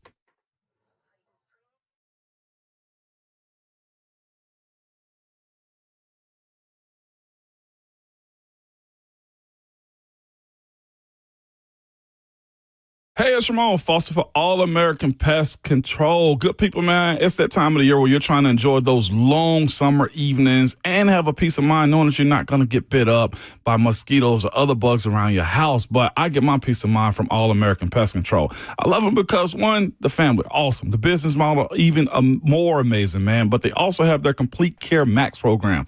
With this program, you get mosquito misting and tick treatment for your yard. You also get a termite warranty and pest control for your home. If there's an issue, you see something in your house, just call them. They'll come back for free and fix it or get the bugs out, man. All-American Pest Control, they're easy to work with, and I feel confident that they know what they are doing, and I really like their friendly team, as I just told you. If you don't believe me, check out their 5-star reviews that they have online, or to learn more or book with them, visit yuckbugs.com. That's yuckbugs.com, and be sure to tell them that Ramon sent you.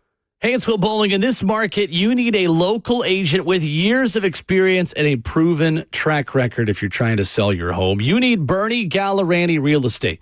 You don't need one of the national guys, doesn't know you, doesn't know your neighborhood. No, when you call Bernie Gallerani, when he gives you his personal cell phone, that comes with a 615 area code. It means you've been around in Middle Tennessee. Bernie Gallerani knows the Nashville market, and he's going to put his money where his mouth is when it comes to selling your home. He guarantees to sell your home in 30 days or less. Bernie Gallerani has a guarantee, no risk to you. He will let you out of the contract at any time. If he doesn't sell your home in 30 days or less, he will buy it. Bernie is the real estate agent who has the 30-day guarantee to sell your home, and if not, he will buy it from you. So remember this number. It's a cell phone number. That's how confident he is that he's going to be able to work with you. 615-428-2644. That's 615-428-2644. Bernie is the only real estate agent in Nashville recommended by Barbara Corcoran of Shark Tank. You need this guy on your team. Head online to BernieGallerani.com or call him at 615-428-2644.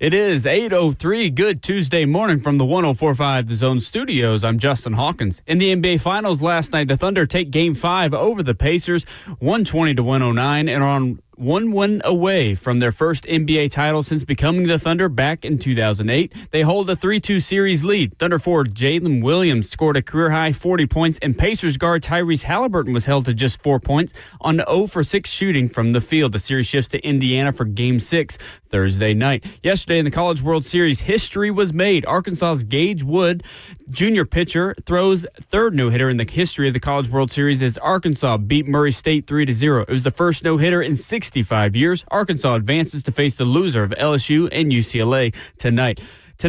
Stanley Cup Final, Game 6, Sunrise, Florida. The Panthers hold a 3-2 series lead over the Oilers, who are in do-or-die mode and at risk of losing the final for the second consecutive year to Florida. The Oilers are 7-4 on the road in this year's playoffs, and the Panthers, they are 5-4 at home. The Panthers are the favorite, minus 150 odds, and the over-under is set at 6.5 total goals. Puck drop, 7 p.m. Central Time on TNT. For all your foundation repair and waterproofing needs, you've got to go to USSTN.com. Breaking news at once on your home for the Titans and Vols. This is 104.5 The Zone.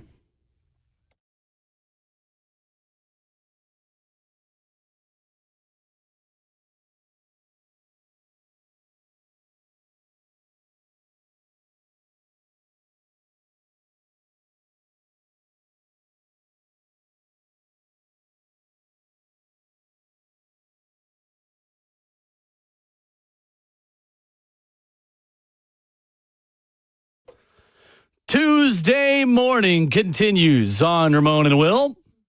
Fueled by Scooters Coffee as always. Go by and see him on this fine Tuesday before the rain hits you.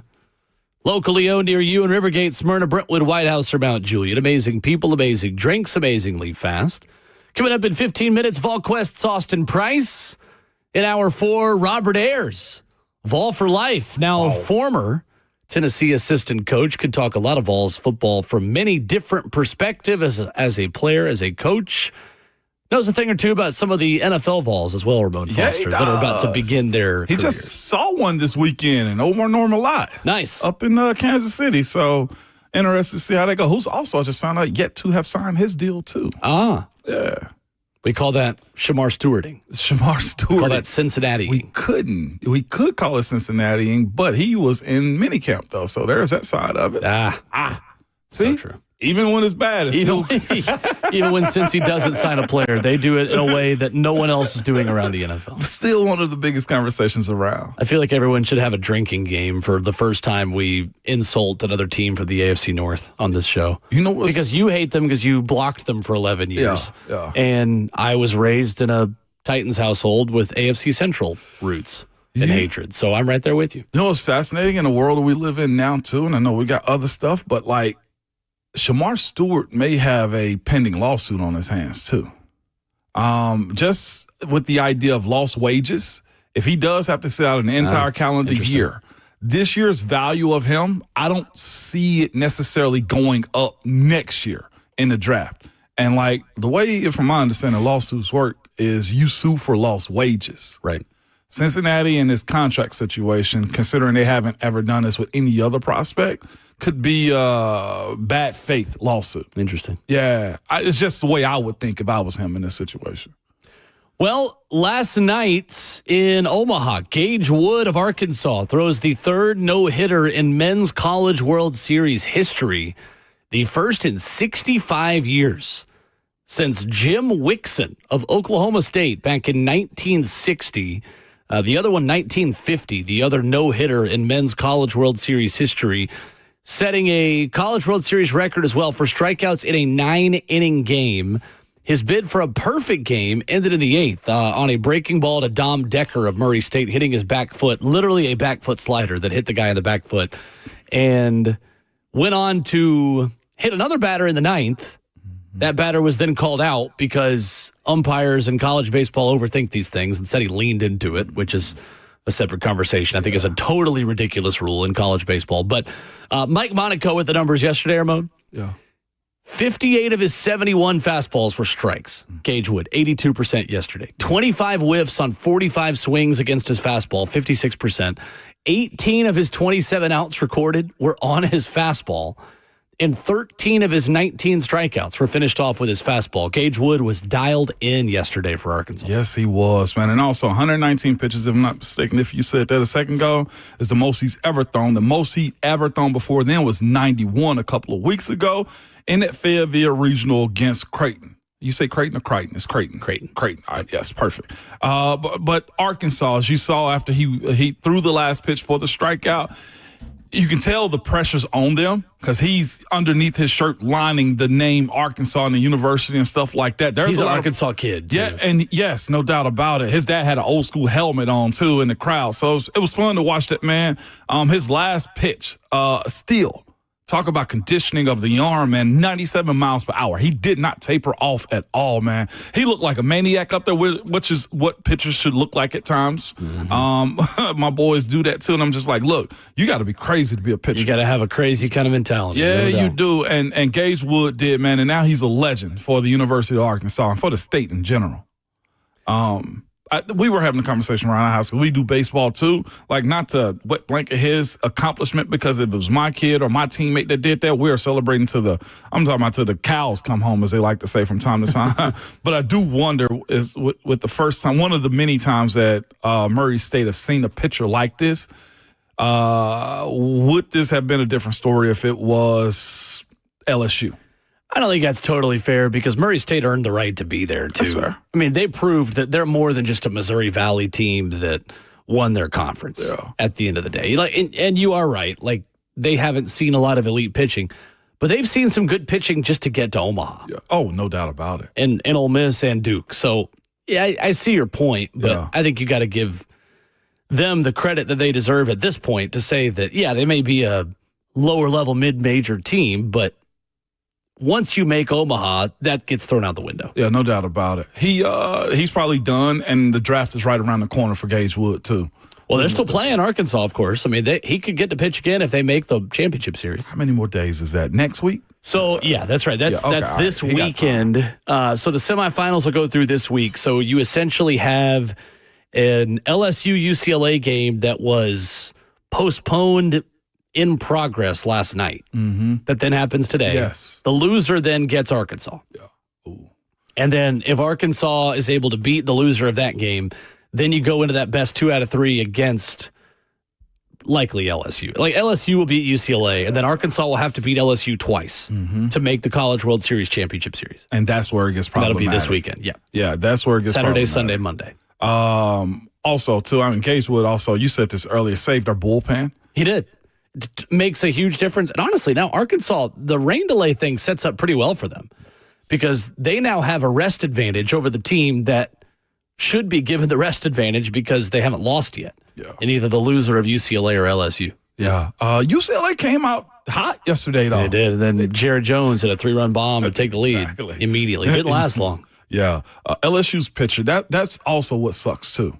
The pitcher yesterday was on a heater, and to get shut down, so they burn another arm today. Exactly. It's a major advantage for Arkansas. Very much We so. talked about it. We talked about it earlier. You got to be a little lucky to win a championship. That might be the kind of luck they need to spark themselves towards finally winning a national championship under Dave Van Horn, something they've still never done as a program. And again, you heard you heard Gage Wood speak about that, too, in the post game. It's like it's one thing he doesn't have in his cabinet. Arkansas's coach is going to go down one of the greatest to ever do it. But, of course, you don't want to be in that situation as one of the greats to not get. You don't want to Dan Marino this thing, right? Exactly. Like, you want the hardware to back it up. And it's kind of funny, that one of his proteges, Tony Vitello, has jumped the line and getting his already. 100%. Baseball is finicky, though, man. Anybody that ever played it, been around it, been in it, you understand, like, this not as easy as you say it is. And, of course, Gage Wood doing what he did yesterday, I don't care how good or bad the team is, that is a feat that everybody wants under their belt is, look, you pitched a no-hitter. And he was insane too after the fact, talking about I shouldn't have hit him. Mm-hmm. The girl was interviewing, was like, that's it? Like, yeah, I shouldn't have hit him. I was insane is how you have to be. So I tweeted this yesterday. We'll get to this quick because we got Austin up next. I hate the way college baseball does the hit by pitch rule. What you mean? The fact that a guy from Murray State is taken off the base paths because they said he leaned into the pitch is ridiculous to me. Ridiculous to me. Not to me. Not to me. All these guys have elbow guards now. Yeah. I'm with you. Hold up. You're speaking about him leaning into it? I don't think he actually leaned into it because you have a split second to get out of the way. And there is a natural movement that if I'm up like this, so we're watching on Zone TV, I have my hands up, and I turn to lean away, what does my elbow do? It drops. If I'm literally swiveling away, my elbow is dropping towards the ball as I'm trying to turn away and avoid the ball. So, yeah, your elbow is going to drop a little bit. And no, this is not because I don't like Arkansas. I wanted to see the no-hitter happen. Yeah. So this helped them get the no-hitter. My brother was at the game. I wanted to see the no-hitter happen. But I hate how liberal they are with this, where everything is, well, you didn't try to get out of the way. And then it just opens this Pandora's box of like, that is an impossible judgment call to make. And it's so inconsistent. It is so inconsistent in college baseball, the way this rule is judged. You know what did it in my personal opinion? I think the umpires understood that Murray wasn't hitting. Trying to get on base. And they were trying to get on base. Totally agree. I've seen. And that's unfair. Yes. That part of it, some kids are just good at it. I saw a kid get hit 3 times in a row. And the same action. Well, this isn't, of course, high school ball and stuff, but like the same action is probably a speed guy. The other team was doing pretty good, and this is his way of helping his team out. So, yeah, I get that part of it. I actually like the call of the ump on that one because I've seen it done in ways where it's just like, you're copping out. I ain't going to say copping out because that's part of the game. Yeah. I just think it's impossible to make that judgment and 100% prove that they did not make an attempt to avoid the pitch. I get where you coming from on that one. 100%. I think they overthink it. Scenario played a part in that one. That rule, and like Major League Baseball also says a batter must take an attempt to avoid being hit by the pitch. But Major League Baseball, that maybe, you see that happen once a year in the entire league? Yeah. I feel like it happens once a week in college baseball. How tight was he on the box? I don't think it should matter. But it does. I mean, okay, if I'm Murray State, it's his box, though, if I've got a power hitter, I'm saying, okay, well, but I want an extra base hit. Like, one base isn't the best scenario for everybody. Anyway. Yeah. Summer conversation to have. That's good. It's, I thought it took away from Murray State's ability just to have a chance at that game. I thought it was unfair to them. That's fair. Coming up next, VolQuest's Austin Price, Tennessee football, baseball, a little bit of basketball recruiting. Lots to cover coming up next.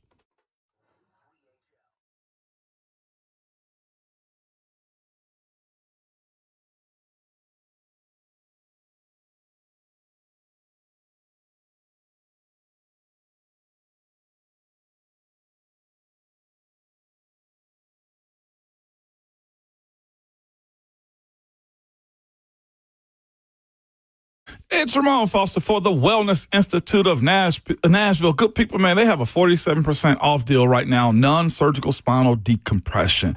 And here's the thing about that, too, man. There are no pills or spinal creams that open up the spinal disc to take the pressure off your nerves. You either have to have surgical or non-surgical procedures to open up the spinal disc. I take the non-surgical approach myself at the Wellness Institute of Nashville. That's where Dr. Mitchell and Dr. Ashley are experts on non-surgical spinal decompression with the most state-of-the-art futuristic facility with all the latest and high-tech equipment to get you feeling better. I've seen the facility. I've been in the facility. I do go there often, okay? And it's not just for athletes. It's for you everyday life folks that go to the gym, that have to pick up the kids, that have to do stuff around the house. You know that feeling where you got pain shooting down your legs or you're just uncomfortable in your own bed. Go. I'm telling you, it's that simple. You don't have to put up with it any longer, okay? You can start your pain-free life today, and it is possible by calling the Wellness Institute of Nashville at 615-246-5009 or go to painisbad.com.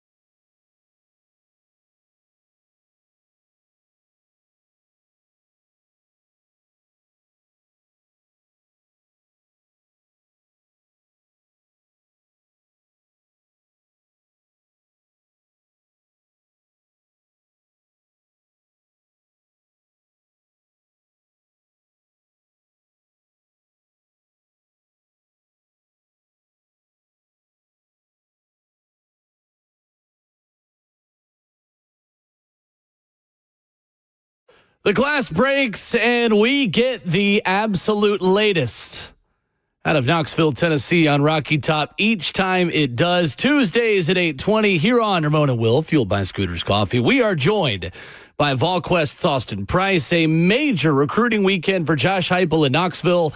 Baseball transfer portal wide open. There is a ton to discuss, as always. Good morning, Austin. How are you? I'm doing great, guys. How are you all doing? We are good, and we'll start with some of the big-time prospects, Austin. Is there an elite player you feel like Tennessee helped themselves with the most? Let's start there on the football side over the weekend. Who, in your mind, has their stock or their chances maybe of wearing Tennessee orange rise the most over this weekend? I thought it would be Tristan Keys. I mean, there were a number of guys I think Tennessee did really well with, but Tristan Keys is someone that had Tennessee out in front for the longest time, ended up committing to LSU for whatever reason, but has continued to talk to Miami, Texas A&M, Tennessee, and several other schools, has taken visits. And when you do that, I won't say you're not guilty of not ending up at the school you're committed to. And so I think Tennessee's put themselves in a position there to potentially flip him. You know, I think the next, matter of weeks will, help determine that. But for right now, I think Tennessee leaves the weekend feeling pretty good about what they've done with Tristan Keys and what they hope to continue to do as Kelsey Pope stays very diligent and consistent in message with him. So Tristan Keys, Austin, the number 5 player in the On3 industry ranking in the country, the number 1 wide receiver in the country out of Hattiesburg, Mississippi. What about this player makes him such a special prospect? And do you feel like Tennessee is putting more of an emphasis on elite wide receiver talent, considering the empty cupboard, let's be totally honest, that Tennessee kind of had in this transfer portal and some of the opportunities there for high school players to step in and compete right away? They've been recruiting elite receivers. Kelsey Pope's been in on several the last few years. He's gotten some. I think Tyreek King is someone who is elite in this class. And they obviously got Travis Smith. For Darius Jackson, I think over time is going to bear out to be an elite guy, just based off his age and how much he has to grow as a player. But Keys is a little bit, elevated from that. I think Tristan Keys is someone who is a little more polished. He is a big physical receiver who can really run. And I think for Kelsey Pope, this is a big moment for him, because if you can flip Tristan Keys, get him in the boat, I think it would be maybe the biggest moment of his young coaching career, minus the on-the-field production of Jalen Hyatt his first year as wide receivers coach when he won the Blitnikoff Award.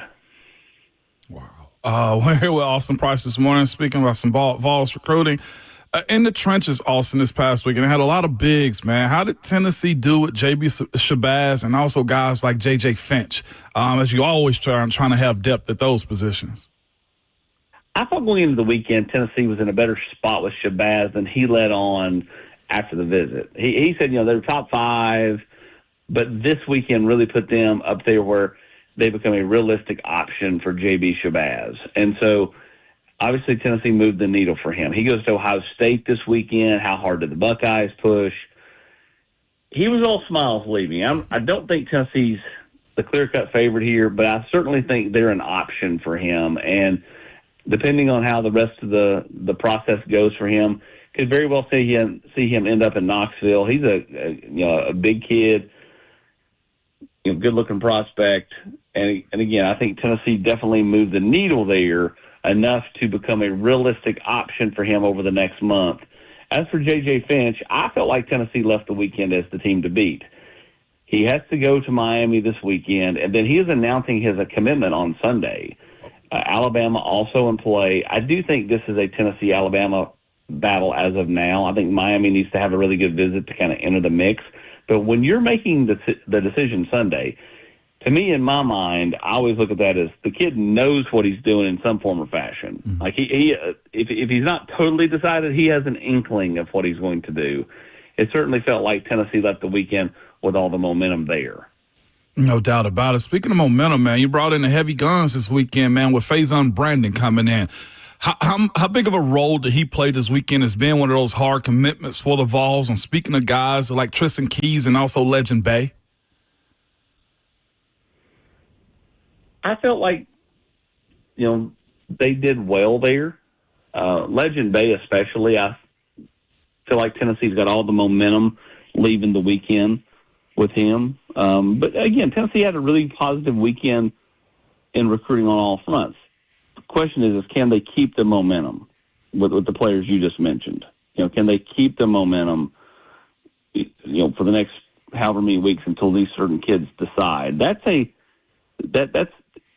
easier said than done, but I think you'd rather have the momentum right now and have to hold on to it than not have it. And, I think if you leave your visit and you're still trailing, you're not getting a kid. You've got to have all the momentum leaving the weekend, and Tennessee certainly did that with a number of different prospects.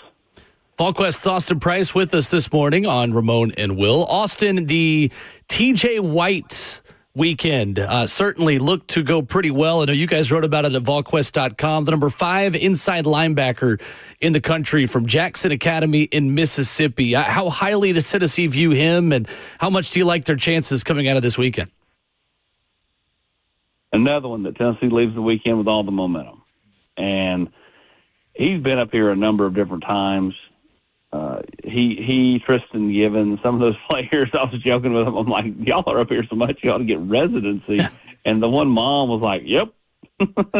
Nice. Got to mom already. TJ White is a player who William Inge has been working on for months.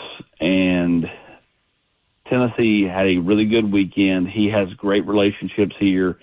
He's a bigger backer. I mean, he's about 235, 240 pounds already. I mean, he's a big linebacker. And it feels like Tennessee has the momentum here. He's got one more visit to take, and then he will probably make some kind of announcement end of June, first part of July, which is, again, what most of these kids are going to do. They're going to commit end of June or sometime in July. And it feels like Tennessee's definitely got the momentum there exiting the weekend. I will continue to reiterate, they had a really good weekend and left the weekend with the momentum with several guys. Can they hold on to it? Well, Austin, you mentioned Tristan Givens. I want to ask you about him and Zion Gibson, both those two guys. I know Gibson committed to Alabama. Tristan Givens, maybe someone Tennessee is in a better position with at this point of the summer. Fair to say Givens better shot at wearing orange than Gibson, and how much did they help themselves in trying to flip the Alabama commit over the weekend? I do think that that's a fair statement, mostly because one's committed and one's not. Right, fair. And I just feel like Coach Chop has done such a good job with Givens. That's a Texas A&M Tennessee battle. I still think it's a coin flip. He goes to A&M this weekend. I mean, I would give Tennessee maybe a slight edge coming off their weekend, but that could easily flip the other direction, right, with a really strong weekend in College Station. So Tennessee's done a good job there. Gibson, he's a really hard read. It certainly felt like to me leaving the weekend that he probably sticks with Alabama. But, again, really tough to read what he's saying. Like a lot of kids, sometimes it can be tattooed on a kid's forehead what he's going to do. Gibson, really tough read, really hard to get a feel for that one. I do think Tennessee's still in it. I don't think it's lock, stock, and barrel to Alabama. But I think Alabama, getting the last visit, will have a chance to close the door this coming weekend. Austin Price of VolQuest on 3 with us. So, Austin, when you look at the guys helping this staff recruit, it seems like everywhere I go on Instagram, on social media, you've got David Sanders, who is pulling his weight and trying to get some of these big-time players to get in the boat for Tennessee, the class of 2026. But we talked about a lot last year with George McIntyre, just having a regional and local quarterback prospect trying to help out. How much has Faison Brandon kind of moved the needle as the leader of this class and maybe raising the potential of how good this class can be himself? I do think he's helped. In this era, and I said this I think it was with you guys. It might have been on Swain's show. In this era, I think players, whether it be a big-time quarterback or a big-time player in general, can move the needle a little. I just don't think that kids are going, oh, yeah, I'm going to play with player X. Right. I think most kids are going, what's my playing time? What's my NIL situation? And then if it works out to play with player X, then that's a feather in the cap. That's a cherry on top. I think, in Ramon's day, which makes it sound like 100 years ago, black and white photos, you wanted to play with, high-end players and this and that. And you still do. People still want to play with high-end players, but that's not the end-all, be-all. But there were some kids in the last 15 years that went to a school just because a really hot top-end quarterback or a top-end middle linebacker or whatever was committed to a school. And they all joined up and got a little faction of, players, and they were, kind of this nucleus of a group. I don't think you see that as much in this era. I think most of the time it's going to be, I'd love to play with Bob, but, I've got extra money over here at this school that is life-changing money for my family, so I'm going to go here. So I think ultimately it plays a small part. It does not play a huge part in today's athlete. As of now, anyway. As of now. Now, if they collective bargaining and everything becomes more uniform, right, the money becomes more uniform, I do think it gets back into some of those things. But when right now there are no rules and you have a wide variety of ranges of pay, I don't think it matters as much. With that being said, in today's kid, Tennessee went viral this past weekend because of Tristan Keys. I was looking and laughing yes, we did it again, Austin. But, on these visits, do you have LSU calling him, texting him? Is there a hands-off approach to a guy having a great weekend? If I'm LSU and I'm reading the comments from VolQuest about how good of a time Tristan Keys had, one sentence in general, one paragraph, this is him, Keys, number one wide receiver in this upcoming class, speaking about Josh Heupel. He says he's a great guy, great father, and a great coach. Goes on to say he knows what he is doing. He's young at heart. And the last part is where I would be ticked off if I'm LSU. He said, that's my dog. When I say that to somebody, they can do no wrong. How do you deal with this? And did Tennessee do that good of a job with Tristan Keys this weekend? It's hard to have a bad time on these visits, and okay, you have these great relationships that you build for sometimes 2 or 3 years leading into this moment where you're taking these official visits and you're subsequently committing afterwards. And it's hard for players. It's hard for players to tell certain schools no. I mean, how many times has somebody finished second or third for a player and you've done all you can? You got a great relationship with the mom, great relationship with the dad, great relationship with the kid. And for whatever reason, the kid just ends up going elsewhere. Yeah. And so they knock it out of the park on these visits. And Tristan Keys is one that's been up here numerous times. He knows Kelsey Pope. He knows Josh Heupel. Tennessee has been on him rather hardcore. And if you're LSU, you better be trying to reach out to Tristan Keys and talk to him and keep his mind on the Bayou, during his visits to Miami or Tennessee or wherever. Tennessee's reaching out. I mean, that's what they do. I mean, that's what all schools do. I mean, Georgia's going to call the players they have committed. They're taking visits. Tennessee's going to do the same. So, if you're LSU, you better stay on top of that one, because right now it certainly feels like the momentum is trending away from LSU. Could it get flipped around? Yeah, but I mean, that's hard once that ball gets rolling down the hill. No doubt it is. There was a legacy commit in the last couple of days too, man. Robert Peace's grandson of Coach Fulmer, J.P. Prince committed, man. What is that statement and just about the legacy of it, and also Heupel understanding the assignment, I guess, a little bit as it pertains to legacy guys going to the UT? JP's one that Tennessee evaluated and monitored for a long time. And a year ago, JP, and a lot like Brody Smith, was kind of awkward from a standpoint of he was kind of gangly and he hadn't filled into his body. if I don't know if you've been on JP's Instagram, but JP posted a picture of he, Josh Heupel, and Cooper Witten. He's bigger than Cooper Witten is. Cooper Witten, and that, I mean, size doesn't necessarily mean anything, but what I'm telling you is physically he looks the part. Athletically, he's continued to grow, get faster. I think his best football is ahead of him. I had one college coach at another big-time Power 4 conference reach out to me yesterday and said, I saw Tennessee got JP Peace. That's a really good get. I felt like he was getting ready to blow up during his junior year. Wow. And, like, if you look at his size and where he has kind of grown in the last 6 months, I can see that because he looks the part now. Before, he was kind of like, again, tall, lanky, awkward looking, and they had him shoved in like number 37 over there at Knox West. Now he's in number 9. Like, he looks more the part.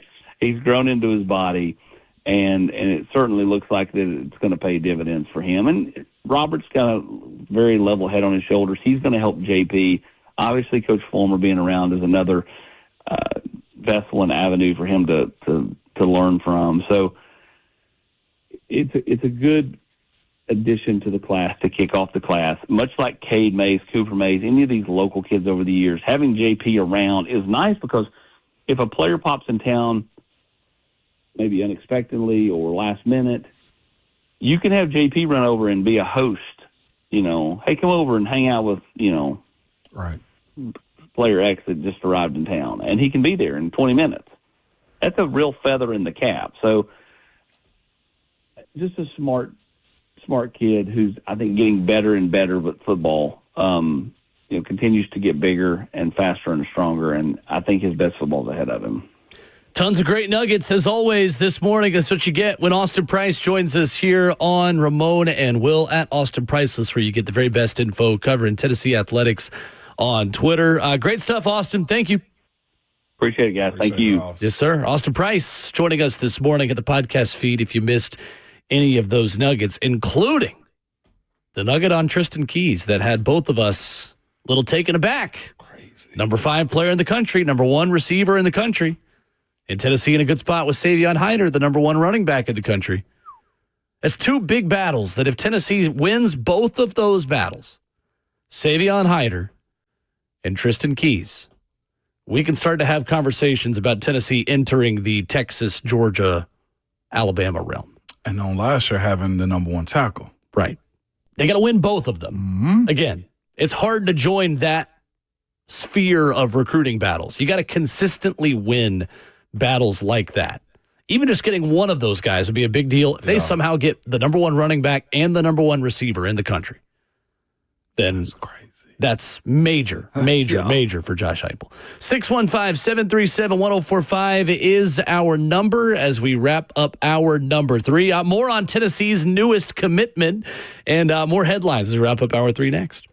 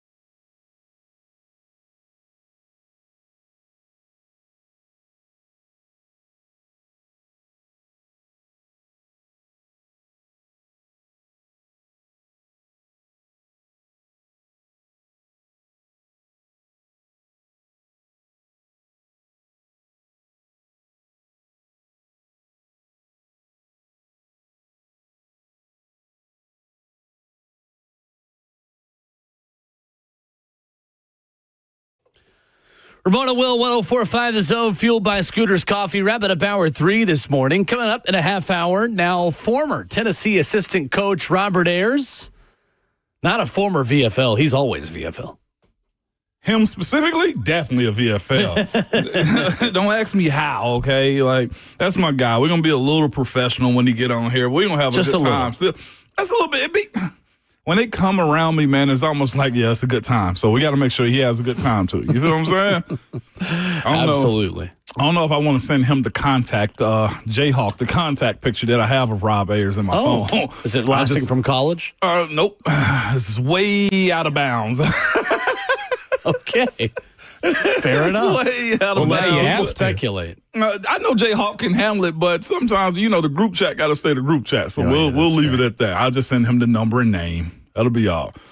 Well, you can join us and today, 104.5 The Zone's 3HL, as they broadcast live from Mike Check. Taylor Zarzer joins Titans Radio. Fat Bottom Brewing, the place to be this afternoon from 3 to 6. You can stop by and enjoy $4 happy hour drafts with our friends at Fat Bottom. Register between 3 and 5 to win 2 VIP Q&A tickets as we welcome new Titans Radio play-by-play broadcaster Taylor Zarzer. You can head to 1045thezone.com for more info. That is this afternoon. We will both be there. I can't wait to be there. It's going to be a good time, man. Taylor's always super nice, too. And I think now, after the U.S. Open, too, he'll be in Nashville, locked in, Titans, from here on out, if I'm not mistaken. And also college football in the fall a little bit, too. So, looking forward to seeing him again. I like it. I got to ask him, did he at least walk in the rough at Oakmont, though? I would imagine so. Yeah. Oh, seriously, did you have a weed eater to navigate through that thing? Because the golfers show needed one, man. The field did at least. Said it was so thick you could lose a baby in the rough. That's crazy. At Oakmont. Well, I guess it depends on how good or bad your baby is. Fair enough. How much they want to move around. Flail doubt. around, try to find you. Tennessee getting a commitment yesterday. Linebacker J.P. Peace. You just heard Austin Price talk about it.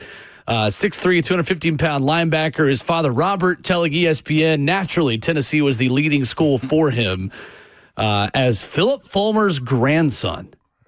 That is pretty mind-blowing, isn't it? That is pretty crazy. I was thinking, it's like, wow, Fulmer's got a grandson that's going back to the school he played at or coached at. Class of 2027, first commit in the 27 class. That's big, and also brings up a good point, too. Being local, he can just pop in town and go and just help recruit and be around the guys, make them comfortable, because that is a part of it, too. Like, getting guys to commit as a host, as who's already on the team as players, man, that can be problematic to try to set that up from time to time. But having a guy like him in time, and also another one he brought up too, Lee Smith's son, Brody.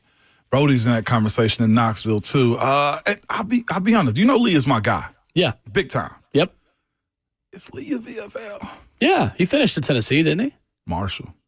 I thought he started at Marshall and finished at Tennessee. Hey, Lee was on campus. It's fascinating. Lee was on campus for about 2 months. Had a situation, then he left and went to Marshall. Yeah. But, I mean, he's Knoxville to the core is he what I would say. He didn't play for Tennessee. No. In a game. Okay. Yeah. Well, I guess I never do that. I thought it was the opposite. Yeah, I had that swapped. What's crazy is I've been knowing Brody since he was younger, too, because Lee was also an NFLPA rep member, too. Union rep member, too. So cool. We've been knowing and watching our boys grow up for the longest, both in 2027, too. So it's kind of crazy to see Brody be this size and now being recruited. I think he took a recent official visit to Purdue recently, too. So, nice. Yeah. Lee Smith from Powell, Tennessee. Powell. Not Powell. Yeah. Powell. Yeah. And he's got a great facility there he's training kids out of now, too. Powell is pronounced Powell. Powell. Yeah, that's right. I mean, hey, it is what it is. Right? Did you see who else was talking with Tennessee over the weekend? Which sport? Football. Football? Oh, Kevin Simon's son? Oh, well, maybe him too. I didn't get that part. I should have prepared you for what I was going to ask about. Charles Woodson Jr. tweeted out a graphic of himself in a Tennessee jersey. He has got an opportunity to do the funniest thing possible. He does. Funniest thing possible.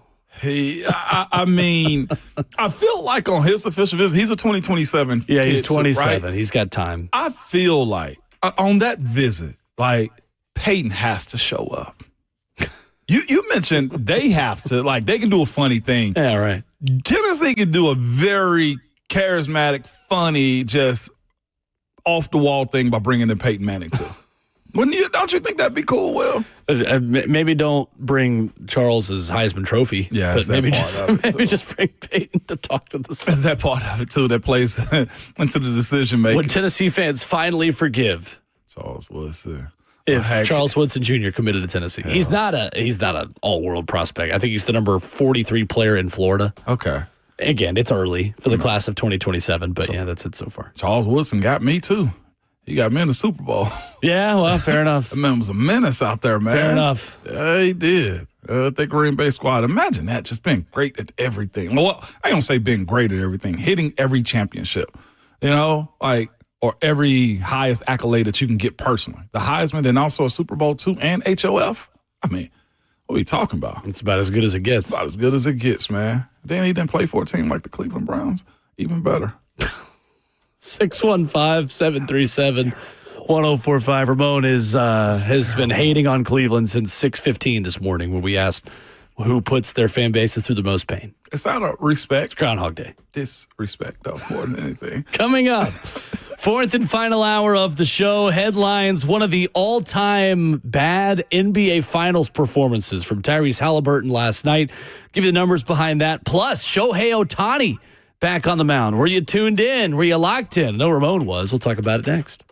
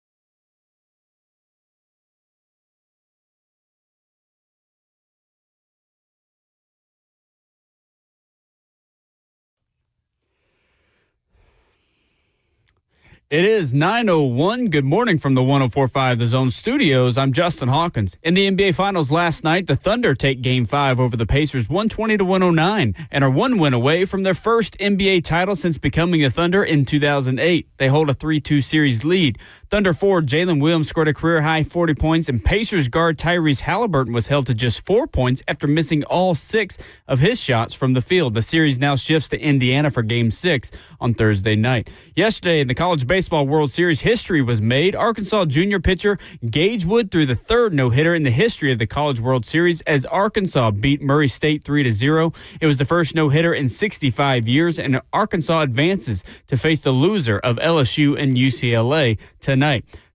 Tonight, Stanley Cup Final Game 6 in Sunrise, Florida. The Panthers hold a 3-2 series lead over the Oilers, who are in do-or-die mode and at risk of losing the final for the second straight year to Florida.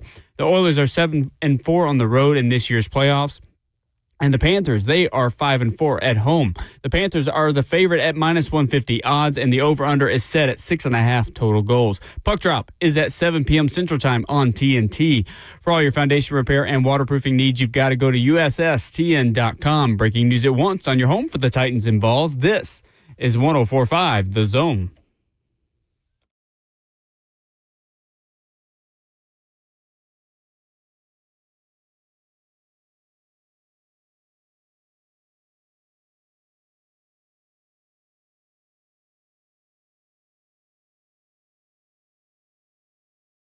Away we go into the fourth and final hour. This is Ramon and Will on 104.5 The Zone.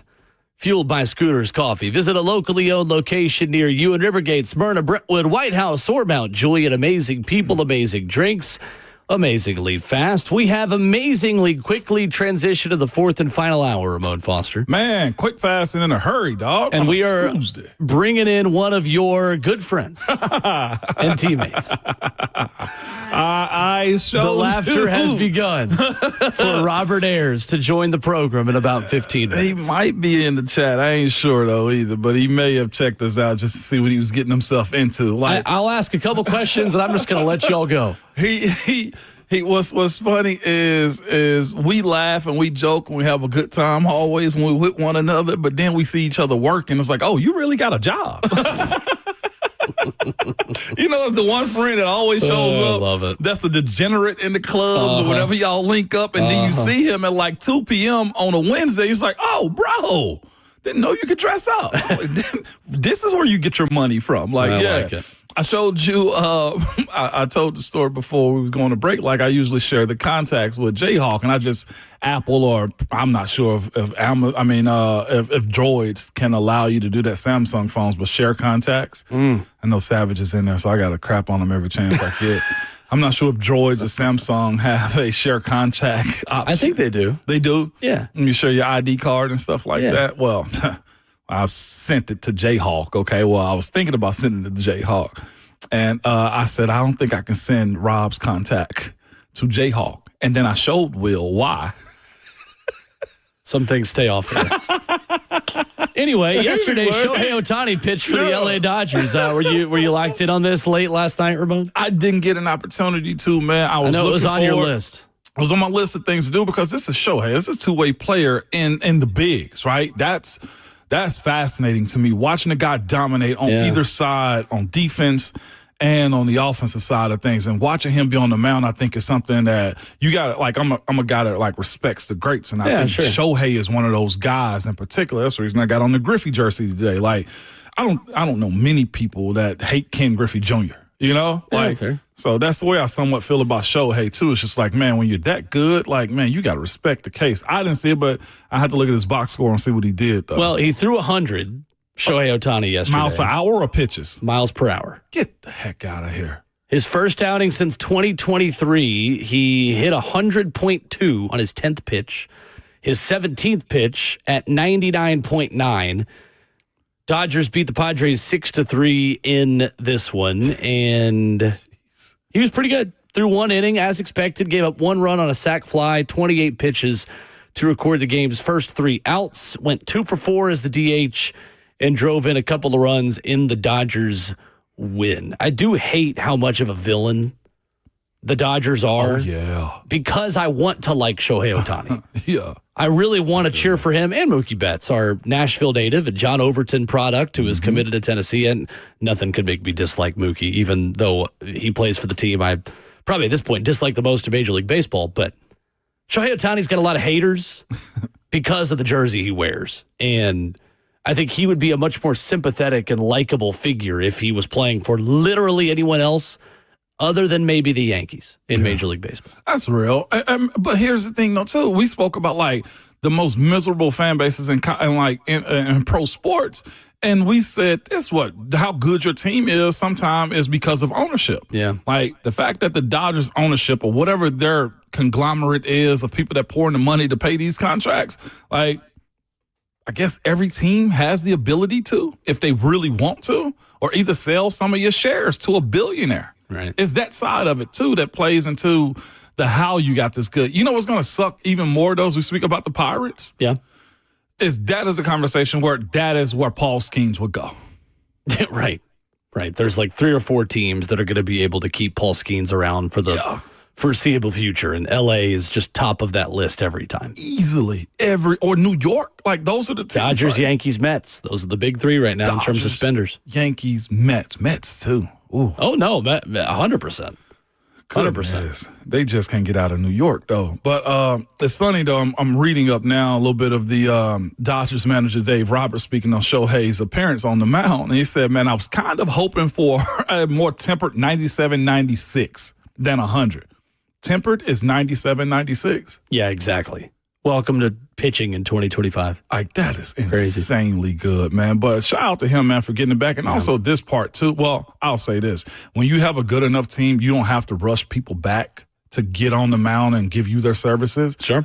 Dodgers are just that good. Well, speaking of rushing guys back and guys playing hurt, Tyrese Halliburton tried to do that last night, admitting to the media postgame that his calf is bothering him, and Halliburton was not good last night. And the Pacers lost to the Oklahoma City Thunder 120-109. Credit to the Thunder as well, who got good performances all across their lineup, not just Shai Gilgeous-Alexander, who certainly led the way as always last night, but Tyrese Halliburton saying post-game, it's the finals. I've worked my whole life to be here, and I want to be out there to compete, help my teammates any way I can. I was not great tonight by any means, but it's not really a thought of mine to not play. If I can walk, then I want to play. Did not make a field goal last night. Tyrese Halliburton, a plus-minus that was the second worst of any player on his team. 4.7 rebounds, 6 assists. I see what's fascinating, too, about this calf injury is it's not like, from my understanding, he played the entire game or the entire first half with this. It was about 2 minutes left in the first half when Richard Jefferson was commentating the game, said this. He was like, well, he's on the bench right now with 2 minutes left in the second half. Why is he not in? Like, the word wasn't out that he had this injury. So I'm asking a question, like, he was 0 for 0 from the field. Like, no points from the field whatsoever. Where was your impact for a star player on the team that depended on him? Like, we can use this excuse now that he was injured throughout the second half of this matchup.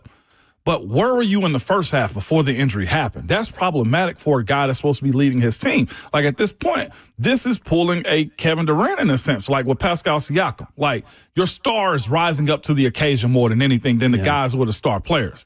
Like, that's one thing I will give KD credit for. In the moments where he was supposed to rise up, he did when he was with Golden State. Now, I know what you say, well, anybody can rise up with that team and the threats that they have. But I'm looking at the star of this team, Tyrese Halliburton, the homegrown guy, well, the guy that's the man there. Your 4 points came off of free throws. Yeah, right. Like, and I get you being aggressive. Need a lot more. Like, yeah, they're minus 13. They're minus 13 with him on the court. And Jalen Williams with 40 last night. Shai Gilgeous-Alexander, again, excellent. And SGA is the leader of that team. Yeah. And as the league MVP, doing his part. Doing his part. Including a lot from the free throw line. And a part he of earns a lot of those calls, too. Tyrese needed this, which I don't think he's going to get the MVP at this point if they do win it in 7. But that's Pascal Siakam's MVP, if you're asking me moving forward. Unless he goes lights out in Game 6 and Game 7. A conversation will continue more tomorrow, but one we can at least bring up for a couple minutes here, Ramon. Diego Pavia on Bussin' with the Boys this morning. I can't wait to have this conversation. Quote, Tennessee are saying Vandy will run Tennessee after the season. Quote, this is going to be the new staple of college football. It's going to happen here at Vanderbilt. Going to run the state of Tennessee. Ramon Foster, your thoughts? You're talking about in track? Well, no, don't put that on me. Yeah, you get back in this conversation, Will. They also don't have a men's track team, so no, can't be in track either. Can't be in track either. Then we out here crushing it. I see what you mean. Running? But yeah, what do you mean? Dog, I can't believe, I know, Will and Taylor do some great stuff and can hype you up. Like, they can really get you Will going. Compton and Taylor Lewan busting with the boys. On that bus. But, nobody asked you to do this. Nobody was asking. Your teammates, your offensive lineman and defensive lineman are probably looking at you like, what the hell are you doing, dog? You're the one that we got to protect in these moments, and now you've spiced this event up even more. And I get the confidence side of things. You got to be loud and obnoxious to get the eyes on you. But here's the other thing, too, that I'll say about trash talking. If you can't control every single variable that goes into this, then you need to shut the hell up. You better be positive you can cash the checks that you're writing in June. You got to be. I have no issue with him saying it, but you better have a lot of confidence. I got to be. That you can cash a lot of these checks that you are writing. From a quarterback? Dog, do you understand what the defense can do to you? Did you understand what they did to you last year? Yeah, reminder on Diego Pavia's stat line against Tennessee last season, for those who are forgetful. 8 of 17, 104 passing yards, 47% completion percentage. He threw 1 touchdown and had 1 pick. He was sacked 3 times as Vandy blew a 14-0 lead against Tennessee, who booked its ticket to the college football playoff on West End. And that game's in Knoxville this year. The game is in Knoxville. Diego, I will say it's in Knoxville East, not Knoxville West. This upcoming November. For a team that has to come to Knoxville later in the season, I'm not sure how Vandy's season going to go. But the other side of this is it'll be a very eventful Thanksgiving weekend, if I'm not mistaken. Isn't that when that game usually is, Thanksgiving weekend? Thanksgiving weekend. And Taylor, I'm with you. I thought he had a leg thing. Don't matter. Run up, get done up, okay? He's talking about Tyrese Halliburton. Oh, okay. Well, never mind. I thought he was my bad, Taylor. You see, Facebook got me Live, going. YouTube, Twitter, or Twitch. Got me going right there. Here's the thing. We'll talk about this more tomorrow. Vandy's got to prove they can keep Diego Pavia healthy for 12 games before they worry about the 12th game. Yeah. Diego Pavia was far from what he was against Alabama by the time that they faced Tennessee. They have rebuilt that offensive line. Vanderbilt has this offseason. There is reason to believe they can protect Diego Pavia better next year than they did this past year. But let's just worry about game 1. Yeah. Diego, buddy, let's just worry about Virginia Tech. Because there are a lot of teams after that Vanderbilt Bowl run last season that are ready for their get back against Vanderbilt. Tennessee's not one of them. Tennessee got you. You were up 14-0 on them, and then they outscored you 36-9. You choked. Yeah. You let go of a perfect opportunity to bury your arch rival on your home field. You didn't take advantage of it, Diego. So you don't get to write these checks. I have no issue with it. Again, no issue with it. He's trying to create excitement for a fan base that he wants to see more black than orange in the stands next time they play in Nashville. More black and gold. More, whatever color they're wearing on any given day. He's trying to build excitement around a program that can't fill their own stadium with home fans. Oh. So I get what he's trying to do. That's real. But this is not the battle that I would pick. No, not this one. This is not the battle that I would pick. The state is insane. You know why? Because you can't even keep the state. You had a 4-star corner committed to Vanderbilt University. Just flipped to Georgia. And what did Georgia do? Yeah. And I get it, it's Georgia. But run the state means putting the fence around the recruiting in it too. You're closer to Memphis than you are Tennessee in terms of running this. Let's just worry about being second in the state. Closer to Lexington, okay? This is where I look at Lexington football. Well, they're not in the state of Tennessee. Well, all right. Well, I get that part of it too. But legitimately. Heck, the last time ETSU played Vanderbilt, we saw that ETSU was better than Vandy. So, that's facts in that too. Being quite honest. Let's just worry about beating the other teams in Tennessee before worrying about the Vols. This 5-game stretch that they have starting October 4th with Alabama. Run through it, yeah. LSU, Missouri, at Texas versus Auburn. That is Yeah, you got bigger fish before we get to November 29th. Ron Slay on YouTube says, I love Pavia did this. LOL. Thank you, Diego. You see what I'm saying? Now you got him going.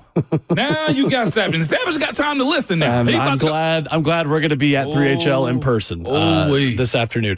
Well, coming up, maybe we can ask VFL Robert Ayers how he feels about the Tennessee defense against Diego Pavia.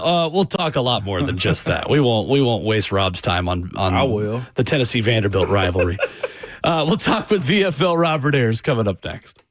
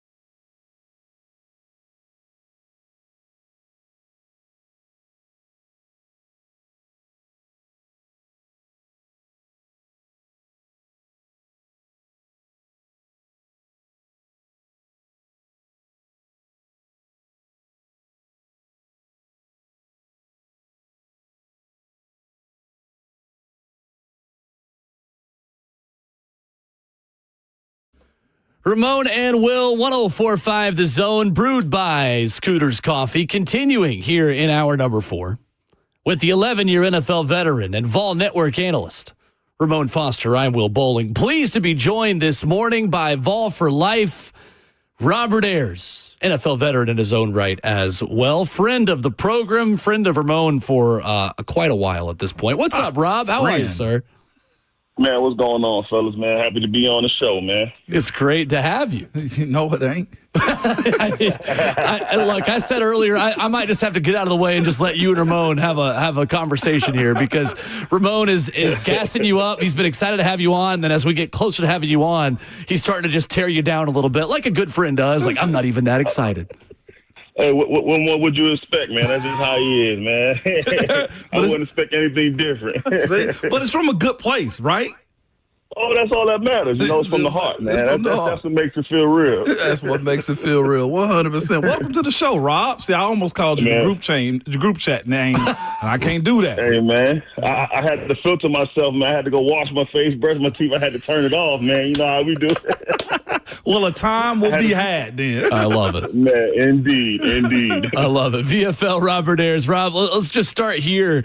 What has it been like getting to be a part of this Tennessee football staff? I know we'll talk about your next steps, just kind of maybe what's next for you as you look for more opportunities. But how much have you enjoyed these past couple of seasons, and what's it been like being on Josh Heupel's staff? Man, it's been nothing but amazing. You know, the mentorship I've gotten, learning, the experiences, being around great players, getting to learn the ins and outs of recruiting, you know, just coaching, learning, game planning, all those things, man.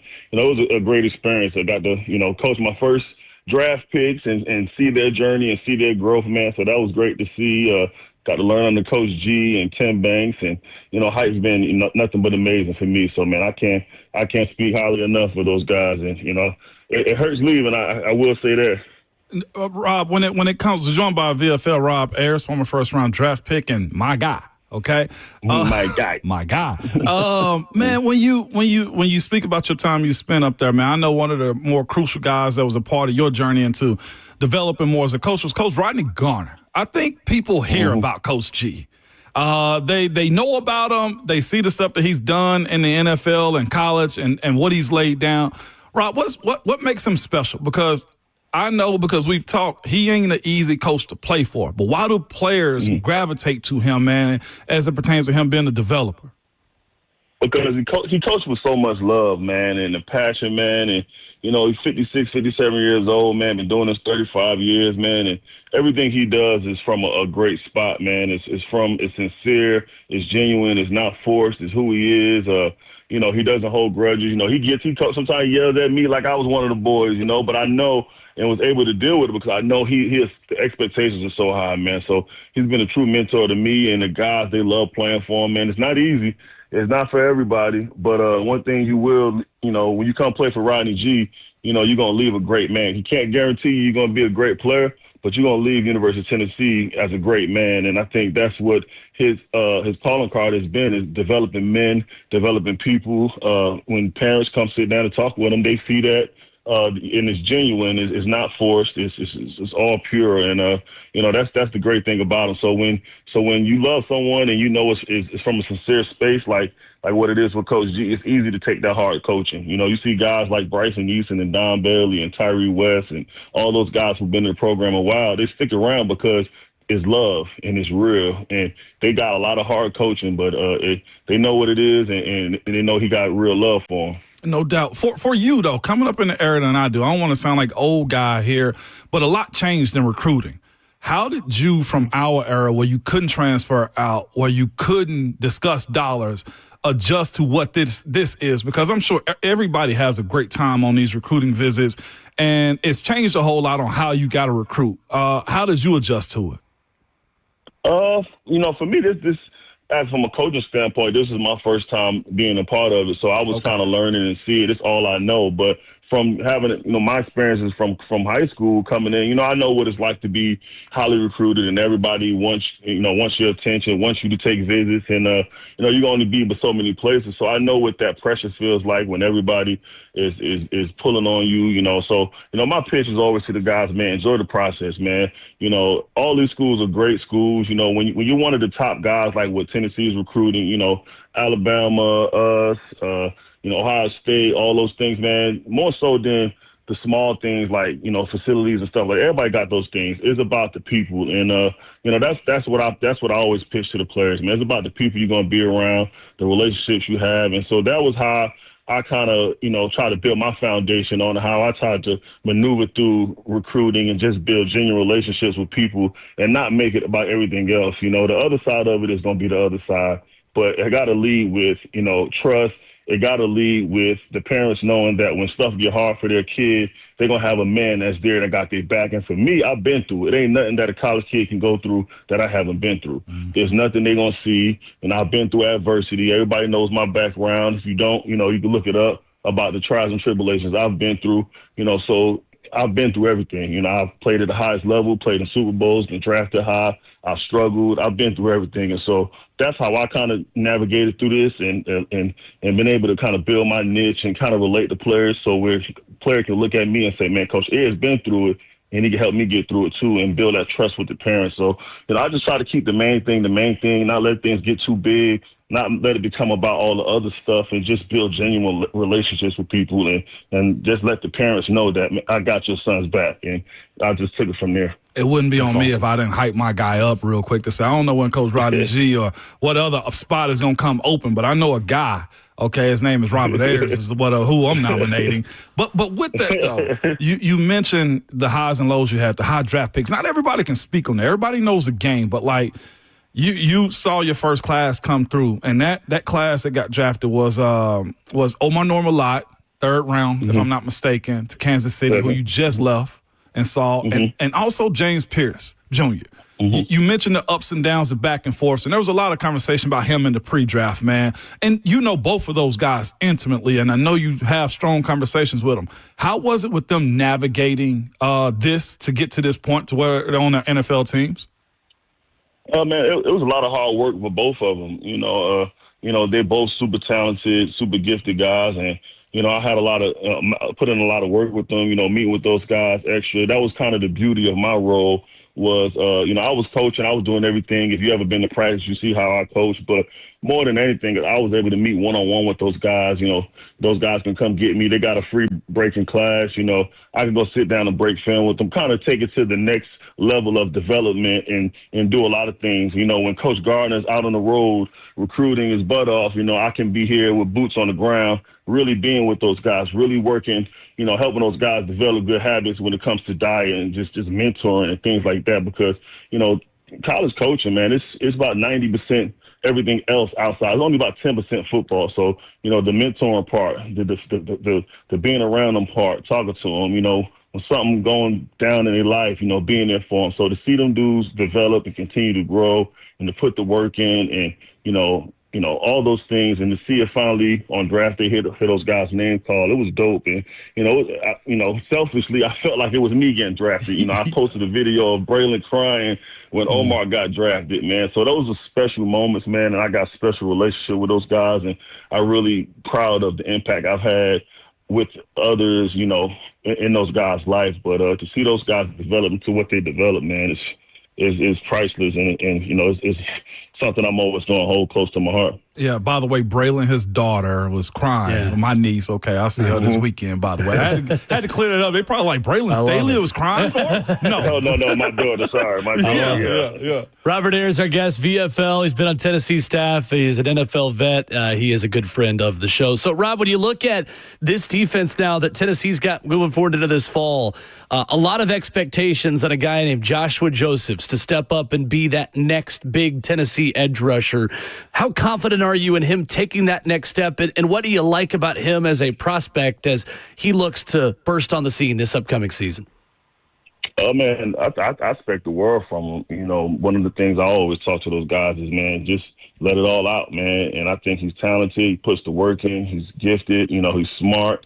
He's taken, when I was there, I haven't been there for about a week and a half, 2 weeks now, but he's taken on a leadership role. It was great seeing him going through spring ball and really trying to lead, but there's a great group of those, man, that position group, man, with him and Jordan Ross and Caleb Herring and Kellen Lindstrom and all those guys, man. And it's cool to see those guys grow close together and to really, form a bond. And Josh has kind of, led that group as far as the senior leader, trying to do things the right way. He understands this is his last go around, and he wants to go out with a bang. He expects to win.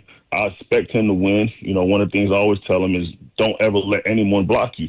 Like every play, third down, you don't lose. That is not an option. And so I try to preach those things to him to just go out there and try to dominate every play. And that's kind of unrealistic, but that's the goal.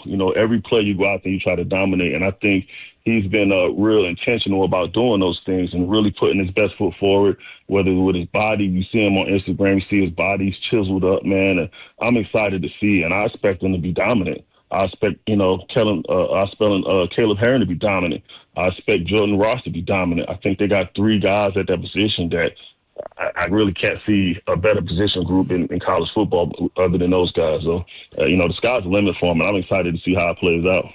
Robert Ayers, our guest. So, Rob, I won't ask you to pick a starting quarterback. I know you mentioned the last couple of weeks is when you've left the program and started pursuing some other opportunities we'll talk about in a minute. But I am curious, just from the time you spent around this roster and around this team, with all the noise about the Nico transfer and just the response, Rob, what kind of response did you see from this roster and this team of the guys who are sticking around with a new quarterback, whoever it may be, coming in to start week one here in a couple of months against Syracuse?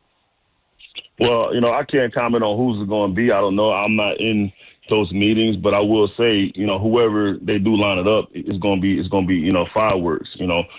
Coach Heupel, man, he's the QB whisperer, man.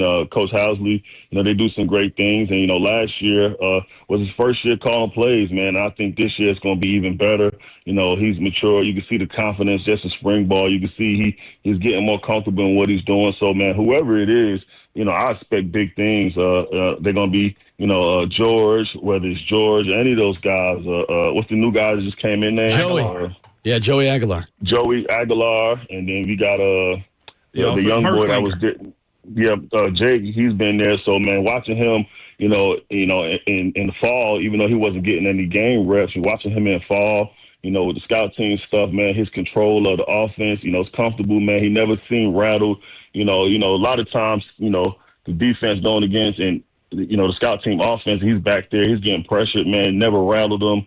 So he got composure, man. So, whoever those guys line up there, man, they were 5-stars coming out just like Nico was. Jake was not Jake. George at one point was one of the top guys in his class. Jake was one of the top guys in his class. So, Coach Heupel, he's gonna line a quarterback up out there. I don't know which one it is, but I expect fireworks, and I don't think anybody in Vol Nation should expect anything different. I just think that's what Coach Heupel is. That's what that's what Coach Joey is. So, why expect anything different? And, I feel like the sky's the limit. See, I'm just glad to see it ain't just me that forget about the other side of the ball, too. You know what I'm saying? Like, who on the defense, they don't matter to me, Rob, but that's neither here nor there. The question I got for you, though, is considering the new quarterback that's not Nico, right? When it comes down to the defense understanding the pressure in college, and I know you guys backed us up a good bit whenever we were teammates at UT too. Like you mentioned the senior leadership of Josh Joseph. Like, does the defense understand that, look, we got to carry a little bit more water? And I know that's been the case, I felt like last year. I felt like the defense was the MVP of that team. I can say that. I ain't going to let you say that. But, like, do they understand what they're getting themselves into as it pertains to the new quarterback with the group that they have right now? I think anytime, just being around Coach Banks, I think the standard doesn't change. The expectation doesn't change, whether we had Patrick Mahomes at quarterback or we had Robert Ayers at quarterback. From a defensive standpoint, the goal and the standard is to go out there and to dominate everyone.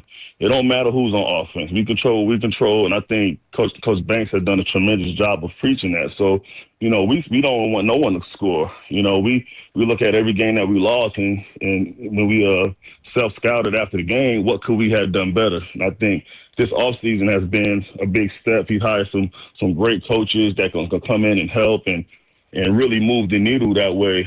Coach Banks is always looking to grow. So, regardless of who the quarterback is, man, we expect shutouts. Coach Banks expects shutouts, and we're always trying to be dominant. And I think, Coach Hype is going to do his part for sure. They're going to try to score points, but, man, it's a team thing, man. We lose as a team, win as a team, whether we win 3-0 or, 60-59. As long as we win, it don't matter how it gets done. And I think, like I said, that's the standard that Coach Banks has had. It don't matter what the other side do. And so they just expect him to come out and be dominant. And so that's the thing I loved about coaching under Coach Banks is he never got rattled. No matter what was going on, he was always the same person. When it's two players I want to ask you about real quick, man. One I've heard you speak about for years, and the other one that won you over in a major way. The one you spoke about for years, Bryson Eason. Why are you so high on him? And also, Boo Carter checked out on everything that everybody said when he got on campus, right? Well, Bryson, man, he's just a dog, man. He's just a dog, man. Dude's so gifted, man. I played with a lot of great players in the league. Whether it be Gerald McCoy, JPP, Vaughn Miller, all those guys, man. He's that talented, and I think he's starting to figure it out. Coach Gardner's done a tremendous job of grooming him and building him up, and I think he's excited to take that next step. But I think what people are going to see this year is it's some young guys, man, that I think are really going to step up. I think Jackson Moore is someone that took a tremendous leap, from not only just a leadership standpoint, but from a conditioning standpoint, from a work ethic thing. Man, he's really tried to grab the reins that Big O left from a leadership standpoint, but he's also changed his body. He's going to take big steps. Devin Hobbs is ready to go, man. Unfortunately, he went through the spring with not being able to practice with his shoulder. But, I think my personal opinion, Big Moan, you know how I am. Yeah. Every year I'm thinking we finna be the best. And so, I can be kind of bias in that to where every time I step on the field, I think we're going to be the best. But I really do think this group can be better than last year. That's just my opinion. They got to go out there and prove it. I think we got, we returned all three defensive ends with Tyree West. We returned Don Bailey, who both were pretty much starters last year. And then another one we got to watch out for, Tyree Weathersby, who I think is a future first-round draft pick, in my opinion. So, we got those three guys at defensive end returning. We got Bryson Eason returning. We got Jackson Moore, who, like I said, who just took tremendous steps. Devin Hobbs is really coming to his own. As long as he can stay healthy, keep them shoulders right, I think he's going to take that next leap. And I think that Leo group is the best, group of guys in the nation. So, I know it's speaking heavy on those guys, but that's what I expect from being in the trenches with them, from working with those guys, from seeing the work they put in. I'm excited to see, but I think Bryson Eason is going to lead the group. I think Josh Joseph is going to lead this group, and then we got a lot of heavy hitters coming in behind them. So I'm excited to see what those guys do from afar. I hate not being a part of this, man. It's really hurting. Just talking to the guys, I'm tearing up, trying to explain to them and probably making it a bigger deal than what it should be. They're probably like, all right, whatever, coach, you out of here. But I'm over here wiping tears out my eyes. I'm a big bucket of water, even though I'm try to act hard. But, man, I'm an emotional dude. So, but, man, I expect the world from these dudes. And I think they're more than capable of going out and being even better than we were last year. Robert Ayers has been our guest, Vol for life, and now former Tennessee football assistant, NFL veteran.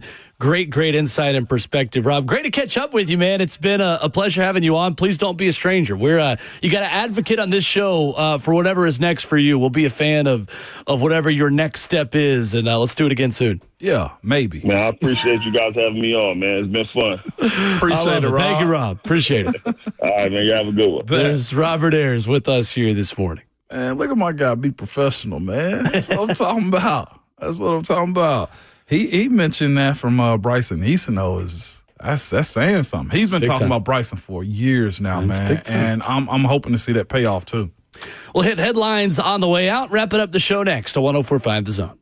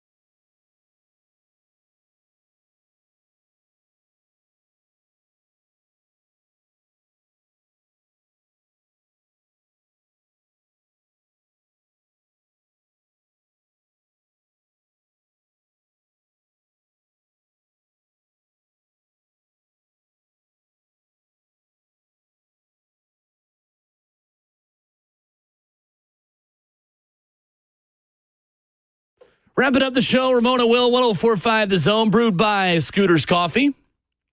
And again, a reminder, come see us today. Come see 3HL as they broadcast live from Fat Bottom Brewery in the Nations. A great spot, by the way.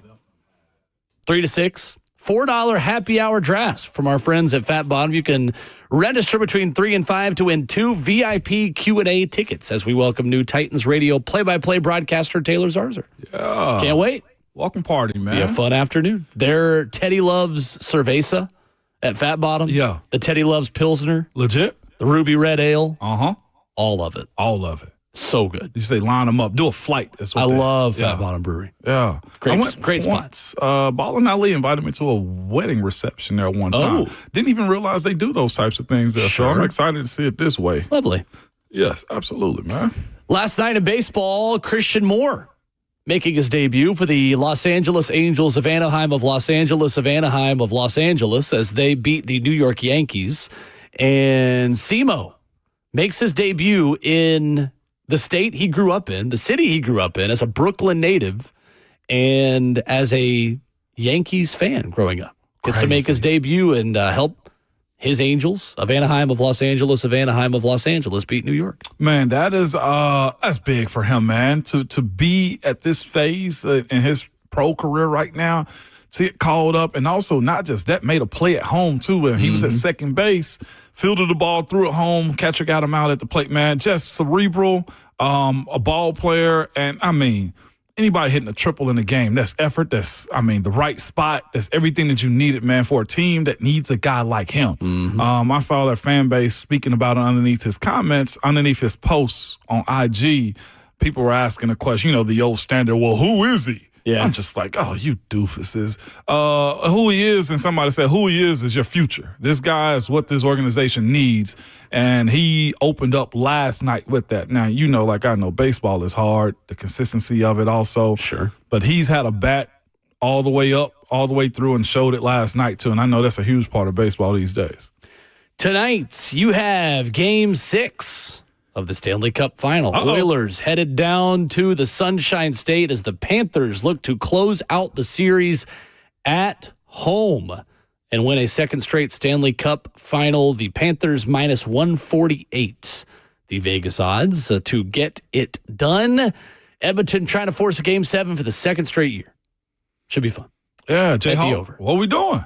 How we feeling? Why are you even asking? You already know. Hit the over, Hit good the people. over. By the way, I lobbied for you a little bit yesterday in 3HL's in their chat. I was like, Jayhawk been telling y'all to hit the overs. Y'all need to start listening because Savage did his parlay too. And there was a little bit of a comment that said, hey, tell Jayhawk to get his credit up a little bit more before he starts marching in my land. I'm just saying, you've been hot. You've been hot. 5 for 5. Ooh. I feel like what's Slay? A series to that's a fight you might not want to pick. Yeah, I'm here for it though. If he's doing his parlay and he's not hitting the over and he's not 5 for 5, then he's not. So there is I feel like the over is good in a game like this too because there will be an added level of desperation for Edmonton. If they're down with 5 minutes left, you might pull the goalie a little bit earlier than you normally would with the season and the cup on the line. And for Edmonton, I think another good play here would probably be maybe a Draisaitl and Connor McDavid 1+ points. Okay. All right. That's what I'm talking Draisaitl 1+ points. McDavid 1+ points of the over is what I'm hearing. Come on now. That's what I would do. Y'all fellas cook. The par hawk. Par hawk. Doesn't work. Back at it tomorrow morning at 6 a.m. The Buck Rising Show has you covered up next. Tomorrow, we will have Rhett Bryan. We will have talk of Diego Pavia and Vanderbilt running the state of Tennessee. He said some things that we will have time to digest for you coming up tomorrow morning. We'll see what happens when it comes out the other end. That's after we digest it today. Diego.